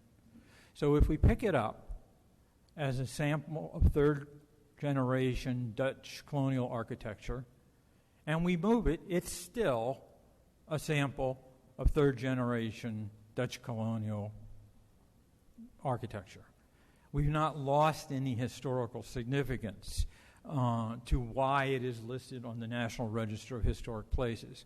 And in fact, I think a logical, not opinion-laden argument can be made that moving it to that more residential setting, which would not have the athletic fields, to the north of the house, moving it to that upper property affords the municipality to be a better steward of the historic site. There's more ways to use it, preserve it, amend the site. You might decide to do outbuildings or other things like that you have for other uses. The soccer club might want a storage building. Who knows? I don't know. That by moving it there,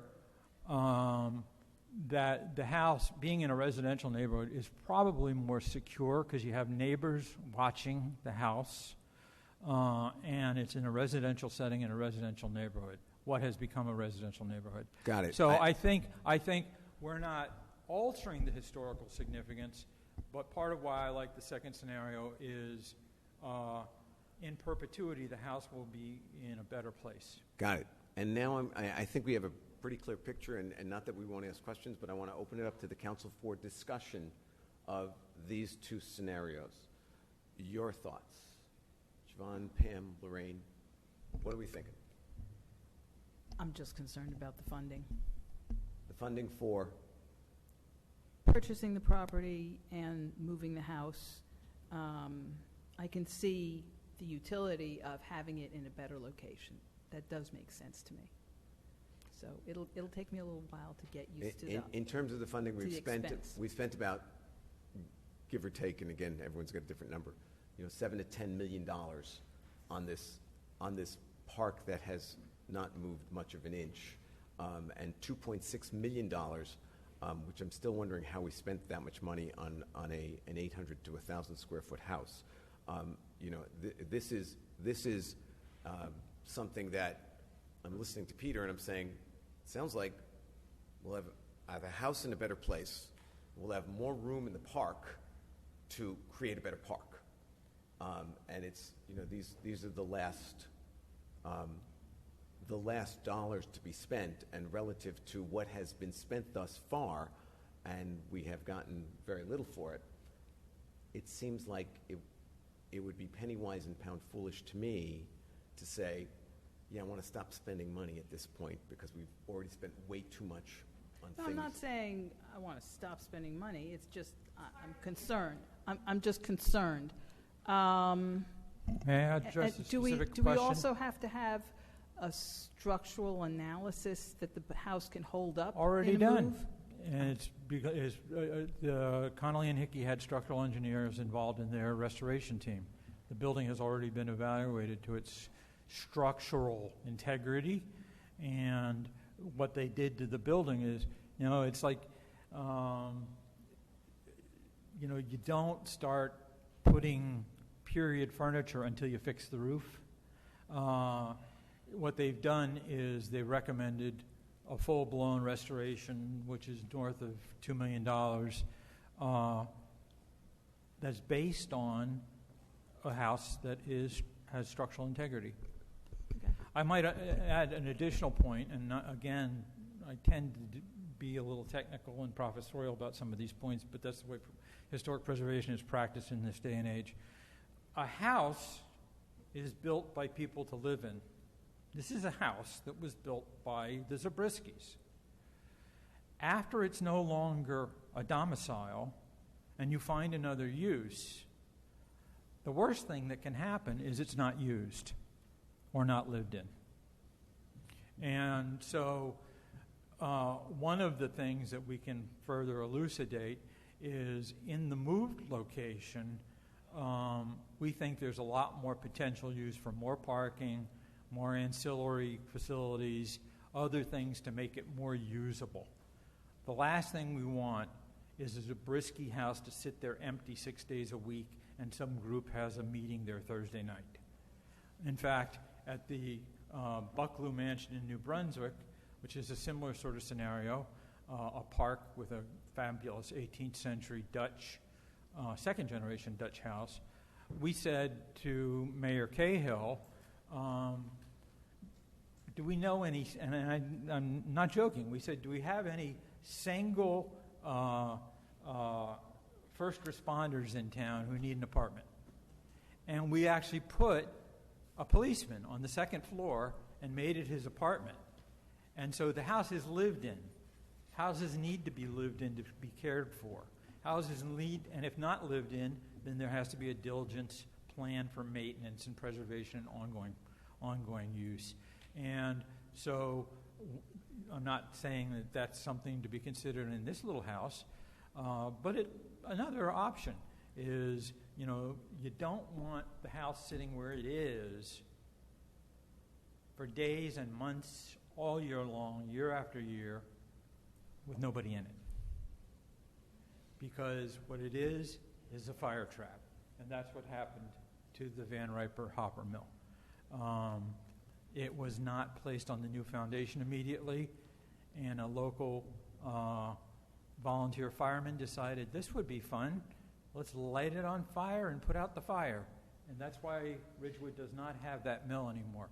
What Ridgewood does have in the Historical Society are the iron remnants of the turbine, the mill, and the other features. The foundation is something we fixed up already.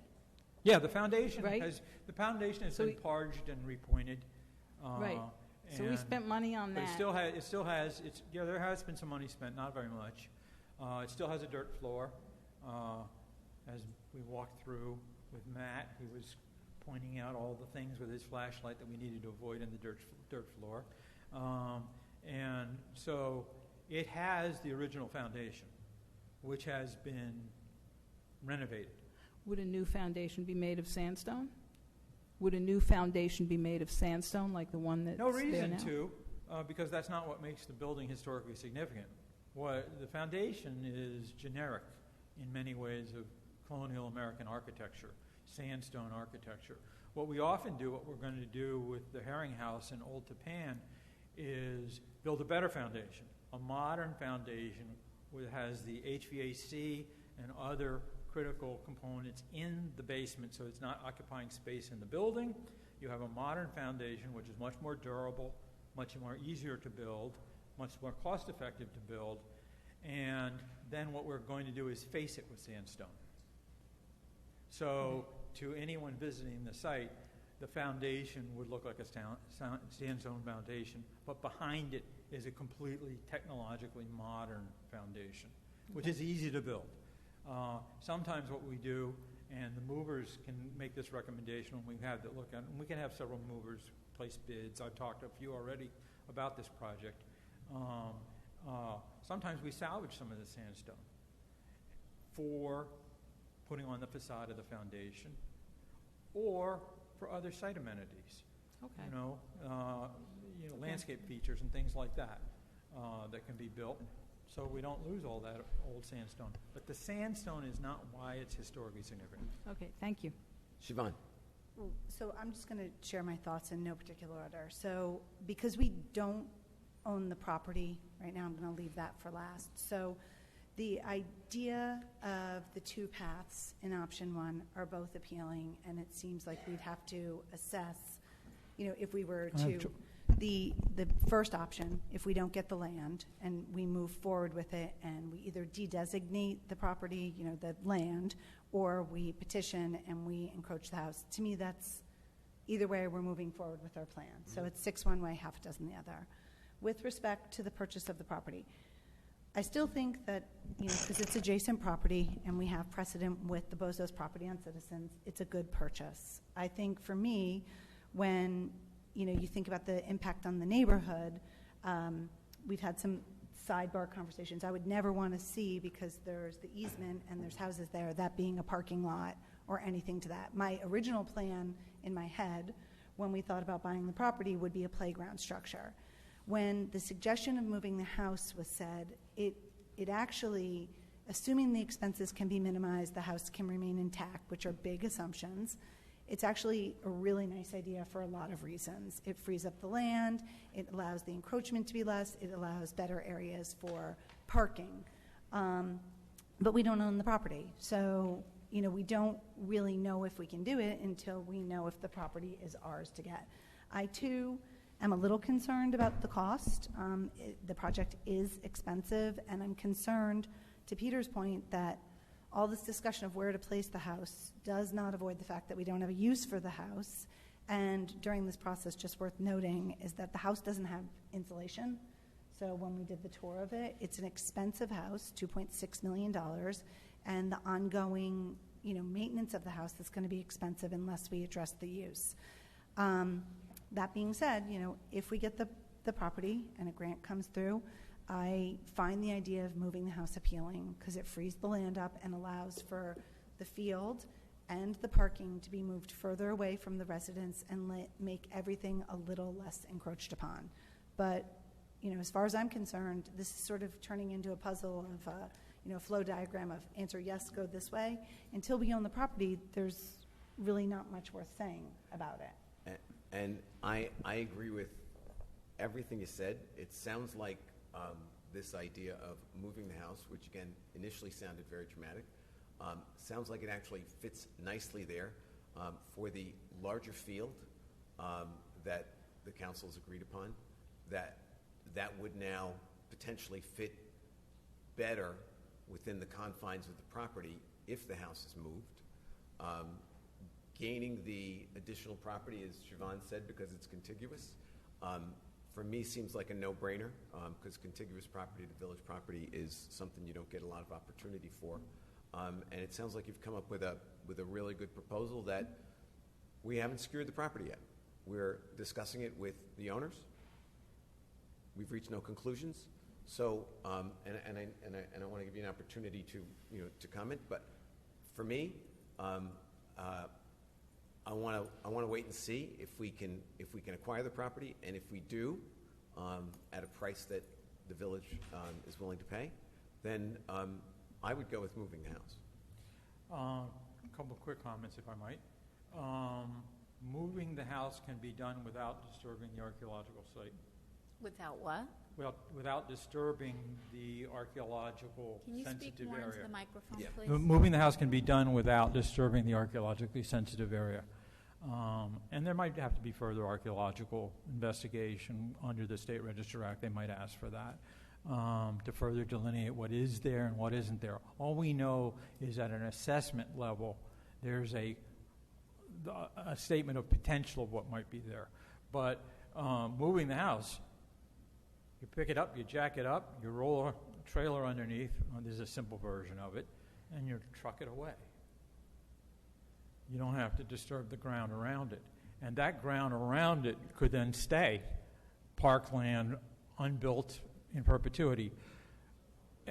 Relevant to that is that the moving it to the new property creates an opportunity for much more parking than is currently planned in the current proposal at the house, which opens the opportunity for what we've done at other historic houses like this, like the Bucklew Mansion in New Brunswick.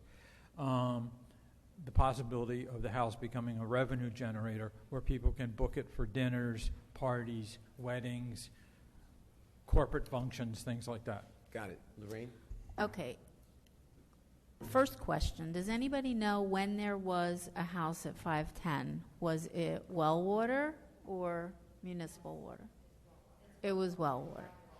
Okay. Yeah, it would have had well water, yes. Okay. So it was built in 1824. It would probably involve possibly building or drilling a new well. If we move If it? you move the house is going to need water. No, I don't know whether you have public water, or I haven't looked into that. Public water, or if you have to drill a well for water, I don't know. You need a well on You need that a well, property. okay. It's my understanding. Okay, I didn't go into that So level. drilling a well is pretty expensive. That's number one. If you were to move the house, there's no doubt in my mind the rest of the acreage, the 7 acres, would be 100% active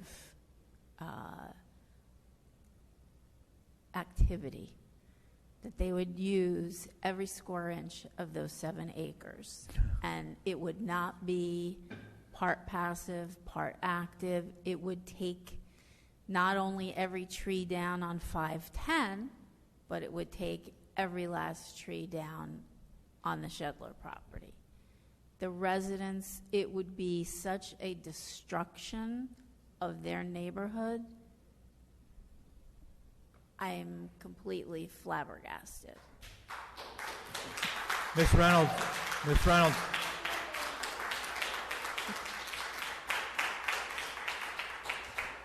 if I might correct a couple of erroneous statements you just made, it does not require taking down every last tree on the Shedler property. It will. Excuse me. Please. And we know that in the site plan, and part of either saving it where it is, we've got one great old historic tree that's hanging over the northwest corner, which our township engineer says it's got to come down because it's been wired in a million different ways by arborists, and it's leaning over the house.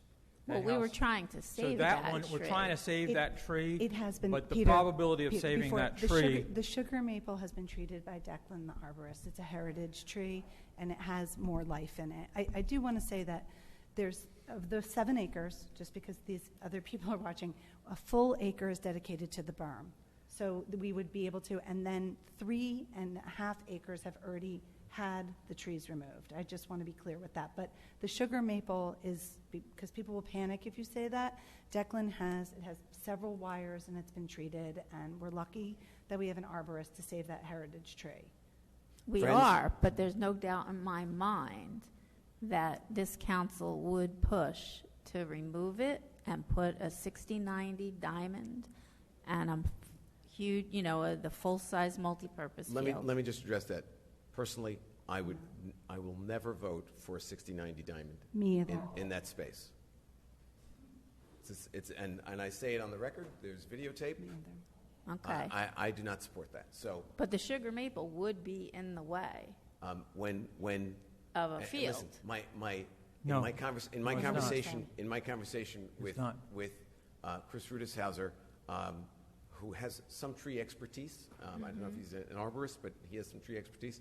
He does not believe that has as much life in it as you suggest. Let me just. It doesn't have a lot of life in it, but we have spent money to save it. And in fact, the people who own 510 West Saddle said that, and I do not know this personally, that tree is filled with concrete.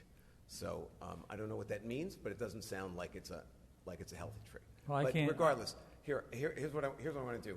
I want to get some consensus as to what we're thinking, and then I'd like to move on because the hour is late. We spent quite a bit of time on it. We have a very long agenda still, and if we are thinking about the possibility of moving this house, which I've said it sounds like it could be the right idea, we really can't go there tonight until we find out if we have secured the property. So if anybody has a last comment, and just a last one, again, the hour is late. Otherwise, let's move on. Do you want me to show a couple of the slides about moving buildings? No. Okay. Let's do that. Let's do that at the. If we secure the house and the consensus opinion is to do it, is to move the house, then or we're trying to decide that. Right. If we secure the property, then we can talk about it. My last comment would be. I didn't know if that would be informative or not. My last comment would be to amend the application to add some more of the criteria, persons, places, events, and have the whole property remain historic forever. Amend it to do what? I didn't hear. Amend it to do the opposite of what you were suggesting. Well, why hasn't that been done before, and why wasn't that done by Connolly and Hickey? And that being said, and again, not to cut anyone off, but we have been discussing this for over an hour and a half, so I think it's time to move on. Peter, thank you for your thorough assessment and evaluation of the property, of our potential paths forward, and once we have a better handle on this property, then on this adjacent property, then we will call you back to discuss it further. But thank you so much, and I wish you safe travels and that you feel better very soon. I appreciate it so much, and I will ask some of you for phone numbers and emails if you have any contact information. Here we go. If anyone wants to speak to Peter, he'll be outside. Okay, right there. but we're going to move on with our agenda, and so discussion in the room would be distracting. So thank you, one and all. Thank you. Thank you, Peter. Thank you. Mayor, moving on to number 9 on the agenda, under the budget, we have the acceptance of a grant from the New Jersey Department of Community Affairs, Lead Assistance Grant Program, and authorization execution of the grant agreement. There is a memo from Heather that's dated July 6, 2023, that is in the packet. There is a corresponding resolution. And item 10 on the agenda is to move to a special public meeting to approve a resolution relative to that grant. So do we need to take any action on 9A? 9A, unless there's discussion before the special public. Any objection to this? Anybody? No. Good. Let's move on. So we have to move to suspend the work session and convene a special public meeting? So moved. Can I move? Second. Who moved? I'm sorry. Siobhan did. Thank you. And got it. Pam second. Perrin? Yes. Reynolds? Yes. White is absent. Winograd? Yes. Reggianos? Yes. And we go on to the special public meeting. And so, this is the Ridgewood Village Council special public meeting. The date is July 12th, 2023, and the time is not 7:30 as it says on there. It is 10:53. Adequate notice of this meeting has been provided by a posting on the bulletin board in Village Hall, by mail to the Ridgewood News, the Record, and by submission to all persons entitled the same as provided by law of a schedule, including the date and time of this meeting. Roll call. Deputy Mayor Perrin. Here. Councilmember Reynolds. Here. Councilmember White is absent. Councilmember Winograd. Here. Mayor Vagianos. Here. The following resolution, number 23-247, will be adopted by a consent agenda with one vote by the Village Council. It will be read by title only. Authorized execution of lead grant assistance program agreement. May I have a motion? So moved. Second. Okay. Perrin. Yes. Reynolds. Yes. White's absent. Winograd. Yes. And Vagianos. Yes. Now we need a motion to adjourn the special public meeting and reconvene the work session. So moved. Have a second? Second. Perrin. What about this We're one? not doing We're that. not doing That that. one's Okay. taken off. There's a Fine. revised. This Okay. is the revised. Got it. Perrin. Yes. Reynolds. Yes. Winograd. Yep. And Yes. Vagianos. Yes. Okay. Okay, moving on to item 13A, Ridgewood Water recommendations. We have a memorandum from Rich Calby to Heather dated June 30th. This is a proposal from Mott McDonald to provide professional engineering services to the village for the evaluation of alternatives to the current corrosion control inhibitor. This is a contract that will not exceed $20,000, and it will be coming from the water operating budget. Is your microphone on? If it, Yeah, speak you into can't it. It's hear hard to you. hear you. You got to speak right into it. Aye, Captain. You were never a shy You gotta, guy. you gotta touch it. Gotcha. Are there any questions on this proposed resolution for next week? Do we pay some additional fee to NJIT for their participation here? Or is it I all don't know. included? I don't think so. I don't Okay. believe so. Good. Good. Okay. Everyone good? Yep. Great. Okay. Item 2 under water is an award of professional services contract, long-term funding plan for PFAS treatment and lead service line replacement. There is a proposal, there was a professional services contract awarded back in March to Howard J. Woods Jr. Associates of East Brunswick, not to exceed $7,320 via Resolution 2394. At this time, Rich is requesting an addition to increase the not to exceed amount by $4,755. This money would also be coming out of the water operating utility budget. Do we have? Do we understand why they need another $4,700? On this particular resolution, the services were necessary for the development of the long-term funding. The budget worksheet estimate the rates increased to fund the PFAS treatment and the lead service line replacement costs. Everybody good? Next. Okay. Next one is item 3. This is a change order for cultural resource surveys. This too was approved back in March of 23 via Resolution 2395. At this time, they're seeking an additional amount of $5,742 required to complete the work beyond the original professional services engineering scope of contract. This would be change order 1 for this contract. It'll increase the total award to $26,202.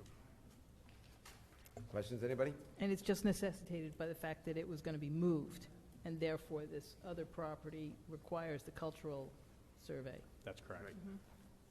Good. Okay. And item 4 under water is a change order for Valley View Reservoir improvements.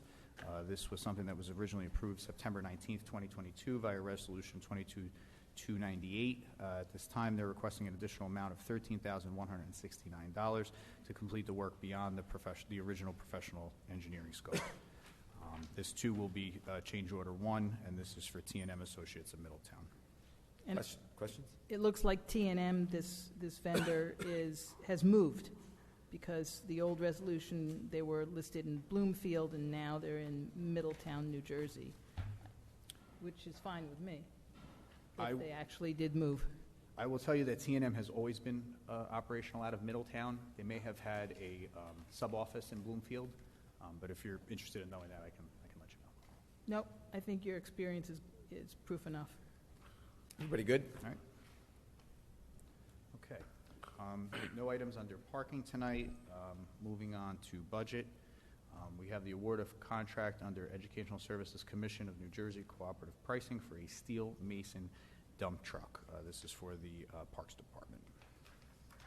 And is that cooperative agreement going to be extended? Because it looks, here it says it expires June 30th, and we're beyond June 30th. I did speak to Nancy Begos about this, and she said they're going to ask for an extension. Okay.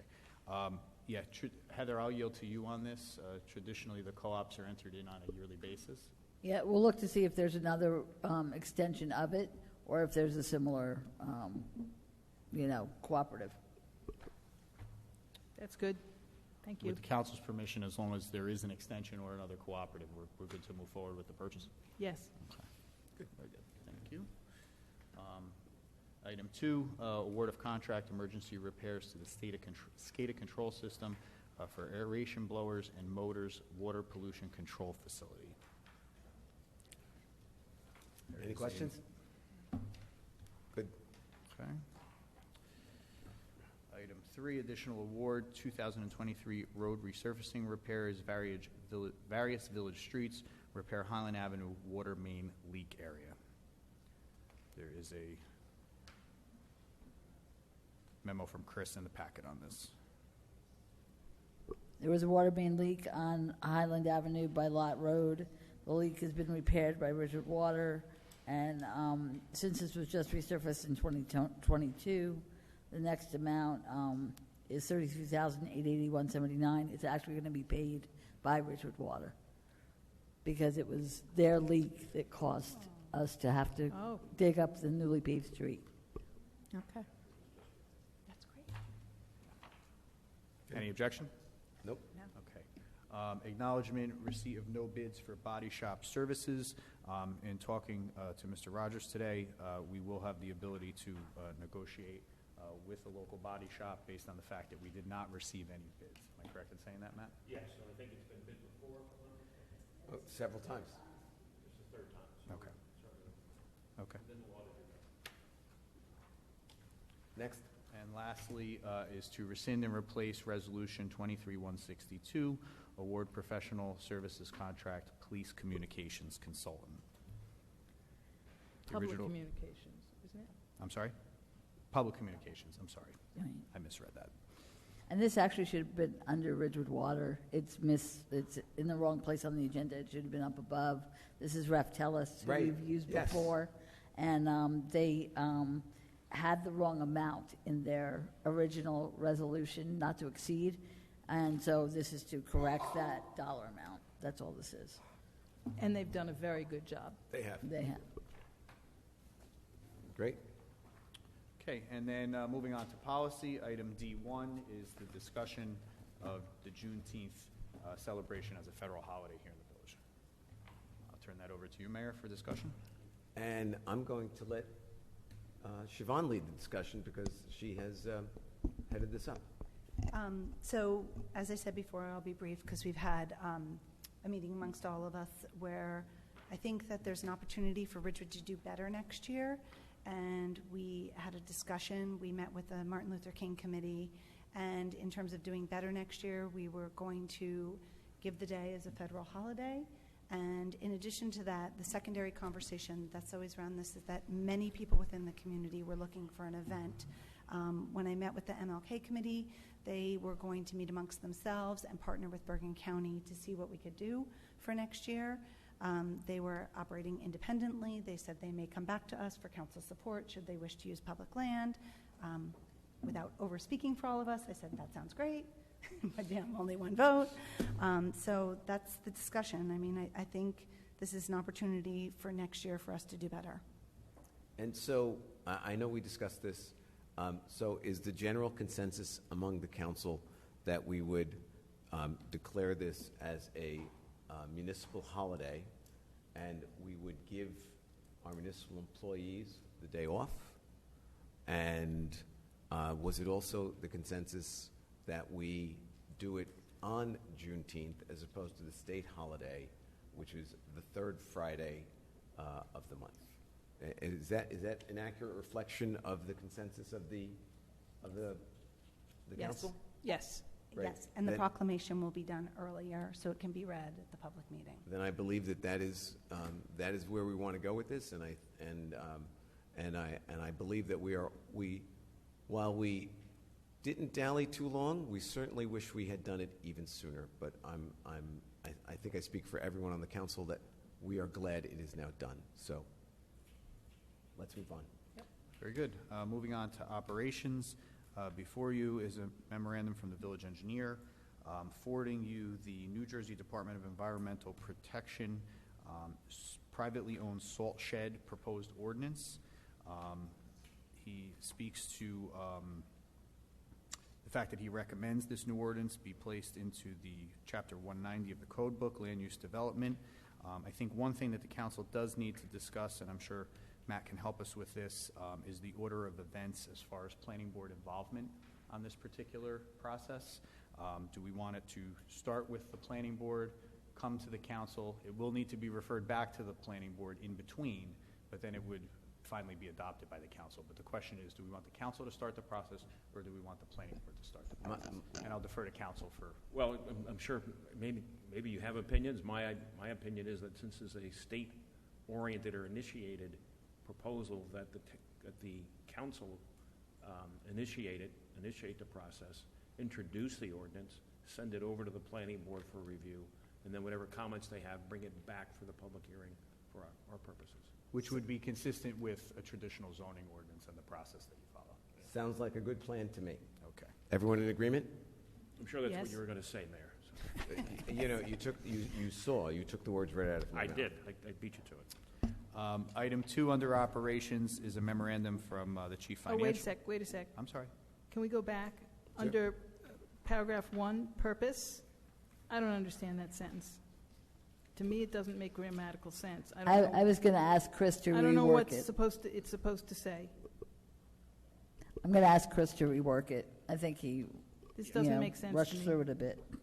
And then There's in the second paragraph, it talks about any salt sheds. I'm going to get this to Chris too. It talks about salt sheds that are just not owned by the village. This is any non-governmental owned. For the longest time, the county owned a salt shed over off of Franklin Turnpike, and this would not be applicable to that. So it just has to be for privately owned, and should just say that. So Yeah. there's a couple of things that need to be reworded before it goes in, but I just suggest we send our comments to Chris on it. So. And then if de-icing could be spelled Consistently. one way or the other. Picky. Next. Okay, item 2 is a memorandum from the chief financial officer, who's also the parking utility director. He is recommending engaging TaxServe Capital Services. They are a private collection agency to seek unpaid fines. This would break down to 80% of those fines collected coming to the village and 20% going to TaxServe Capital Services. I can tell you that in my previous experiences, we have not used this firm necessarily, but we had a very successful pursuit of unpaid fines in the past, and I would recommend this, as Bob does. So we've never done this before? Oh, we've done it. I think we've done it all along. Oh. But I think it's just a renewal with regard to it. 'Cause I think, and I don't want to speak out of school, but I think there were some restrictions during the COVID pandemic about being able to utilize these services for unpaid fines, but I think that those regulations have been released. that may be true. So before next week, can we get an idea of how much? Do you think Bob has How much is outstanding? Yeah, how much is outstanding? And then the other question I have, I'm hoping for next week too, is did we have any luck on enforcement within the utility, hiring new people? Yes, we swore in 2 parking officers on Monday. Monday. Great, thank you. Yep. Great. You're welcome. And I don't know if anybody has any tickets to show for it. I know that I've been more careful about parking since I swore them in. So, And finally, there is a memorandum from Chief Judge outlining various surplus equipment for the fire department and the EMS division that he is recommending has reached the end of life. A resolution to approve that. everybody good with that? Yep. Great. So, while we are beyond our curfew, I know that a lot was said and done tonight, and so the hour is late, and I'm going to suggest that we go till 11:20, which is about 12 minutes from now. So if you can, anyone can speak for 5 minutes, but I think it's good if everyone has an opportunity to speak. So we have 12 minutes before we will end our meeting. Whatever it is, by all means. Thank you. I just wanted Ellie Gruber, 229 South Irving. We really have such an impossible time hearing anybody from this podium. I mean, I know my hearing isn't as good as when I was 12, but I keep moving from place to place. I hear you, Mayor. I hear Lorraine. Siobhan, I don't hear you at all. And Ellie, and I'm going to interrupt you just to say that I take full responsibility for that because I have not paid as close attention to having people speak directly into the microphone. But I heard Rohan saying this earlier, and I'm going to pay much closer attention to it after it was brought to my attention. If you noticed, I asked Peter to speak into the microphone. The reason I didn't want to go out and speak to Mr. Primavera is I want this on the record. Right. I have two things to say. By all means. One is when consultant, who I hope you didn't pay by the word because you'd be broke, the consultant was talking about trees. There were never any trees on the property. Well, guess what? There were never any trees in Ridgewood. Ridgewood was a farm country. In 1913 or 18, whenever they started planting trees, they started planting trees. Does he mean that now trees are not important, so we never should have planted trees all over Ridgewood? That I have to say, because I really, really took offense at what he said. Oh, it doesn't matter, because it was a farm. It never had trees, so we can take the trees down. Well, then let's take the trees down all over Ridgewood, because Ridgewood was a farm. We had no trees in Ridgewood, and you know that's how the Shade Tree Commission started. But the second thing I wanted to say, and it was about moving the house. I mean, we moved the Lester stable, as you know, many, many years ago, and it was on sand, so it wasn't a big deal. His estimates are just crazy. I mean, you do have to build a foundation.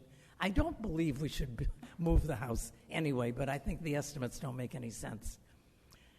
One thing that he said, and I will question him personally, is that in order to build a field, in order to build the field,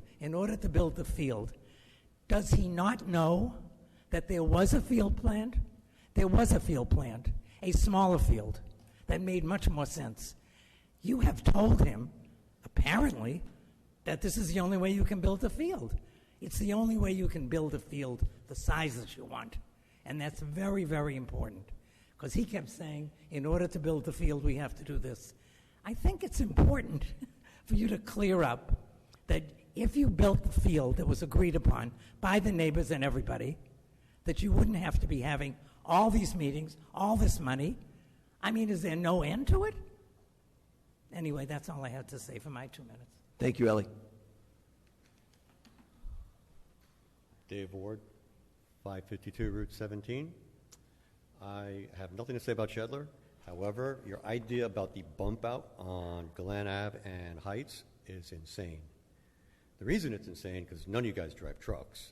You will not be able to make that left-hand turn coming up the hill. So if you're driving a fire truck, garbage truck, snow plow, if you cut that like that, because that street goes up and it cuts back, you're not going to be able to make that turn. So what are you going to do when you have a fire up there? None of the fire trucks can be able to get up there.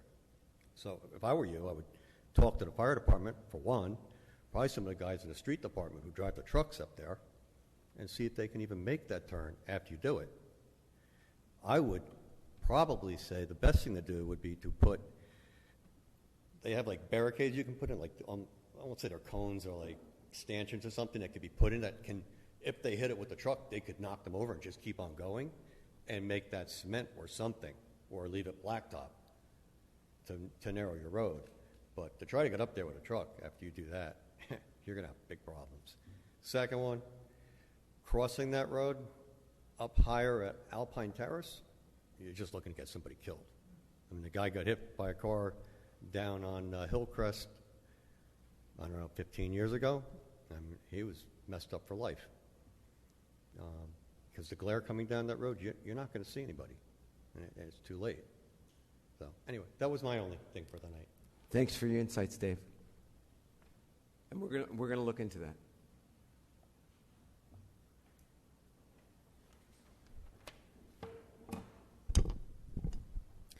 Jacqueline Hone, 30 Carriage Lane. I just wanted to clarify the famous sword. The email that was sent to me in December of 2017 by Pamela Perrin, Law Office of Pamela R. Perrin, read, Linda McNamara suggested that you might like to see a photo of the British officer's sword that was found on what is now the Shedler property. It belonged to a Lieutenant Howard in the Oxford Blues. They wore blue, not red. I tried to get a close-up of the date, 1747, and then I was given pictures of the actual sword. And in addition to that, I've attached here the story of the mysterious sword, and it was a pretty descriptive that it was found at the barn, inside the barn, at the Shedler property. So it's a little disturbing to hear what I don't even know what to call him, Mr. Primavera. I'll just keep it at that. It was disturbing to just hear not only that he didn't know about this myth and misinformation muddled what the residents have. Well, my muddled information came from the deputy mayor, and at the time, as an attorney, signed it that way, saying this is what it is, and attached a document. And for years, we've led to believe this. So I think that there are no experts here. I think that the right thing to do is exactly what the county and the state have been trying to tell us to do repeatedly, which is to give it to the experts and let them decide. So, Council Member Lorraine Reynolds, I applaud you for standing up and say that you would like to see an expansion of the nomination to include all these facts, and then let the experts look into it and decide what is and what isn't, rather than omitting.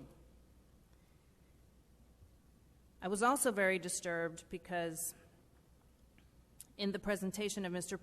Primavera, it was a little bit all over the place, not to mention extremely long-winded. But it discredited, on one hand, experts in the field, and on the other hand, also gave credit to the same experts in that field.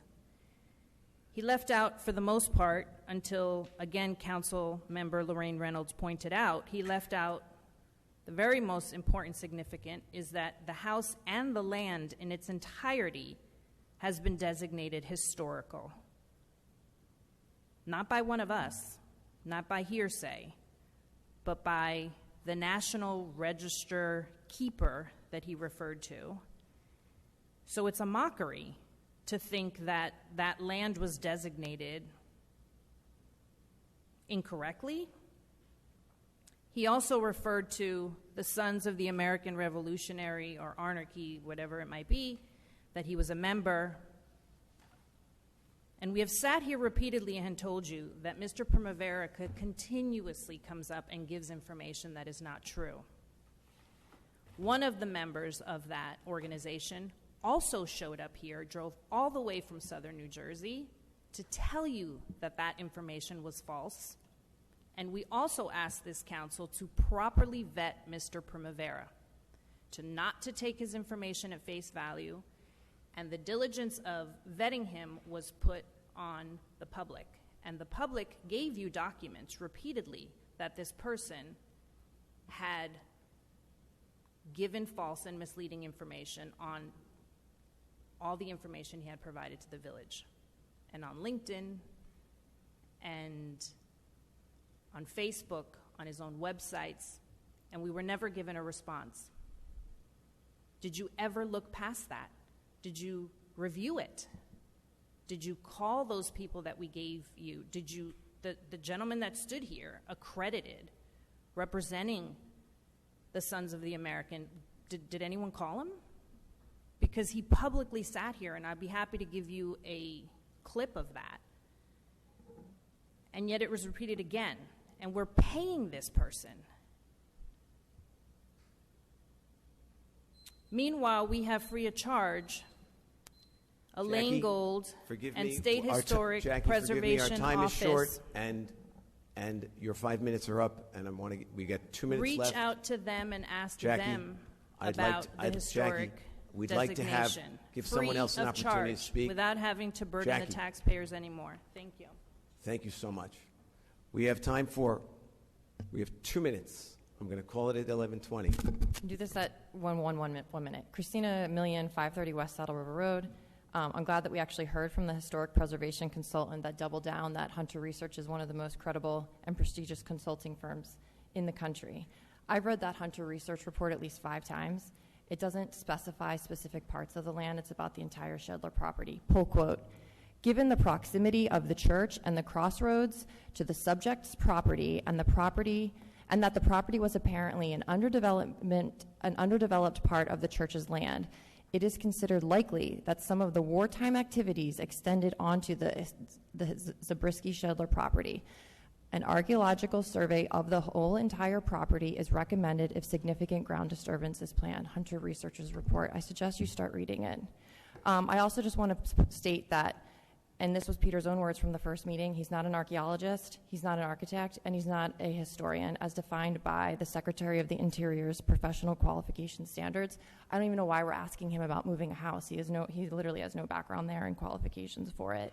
And the other thing I'd just like to say is that the reason why residents were confused about why we weren't contacted by him is because during the first meeting, he stood outside and made us feel all very unsafe, putting a camera in our face and taking photos of us, which you were all aware of, because Rohan also pointed this out, and you've done nothing about that. And that's why we were confused, because now he has photos of us and our own privacy that you've allowed to happen. Thank you. Thank you. And it is 11:20. We are out of time. I'm sure we can continue this We have discussion one the more next time. person. Can we we have please several let her people. We have 2 people here. We have several people Who- there. who wants to It is- speak? Excuse Raise me. your hand. Excuse me. It is 11:20.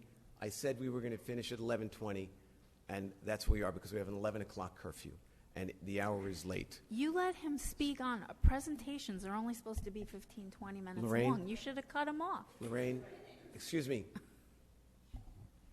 We are going to take a motion for adjournment. So moved. All in favor? Aye.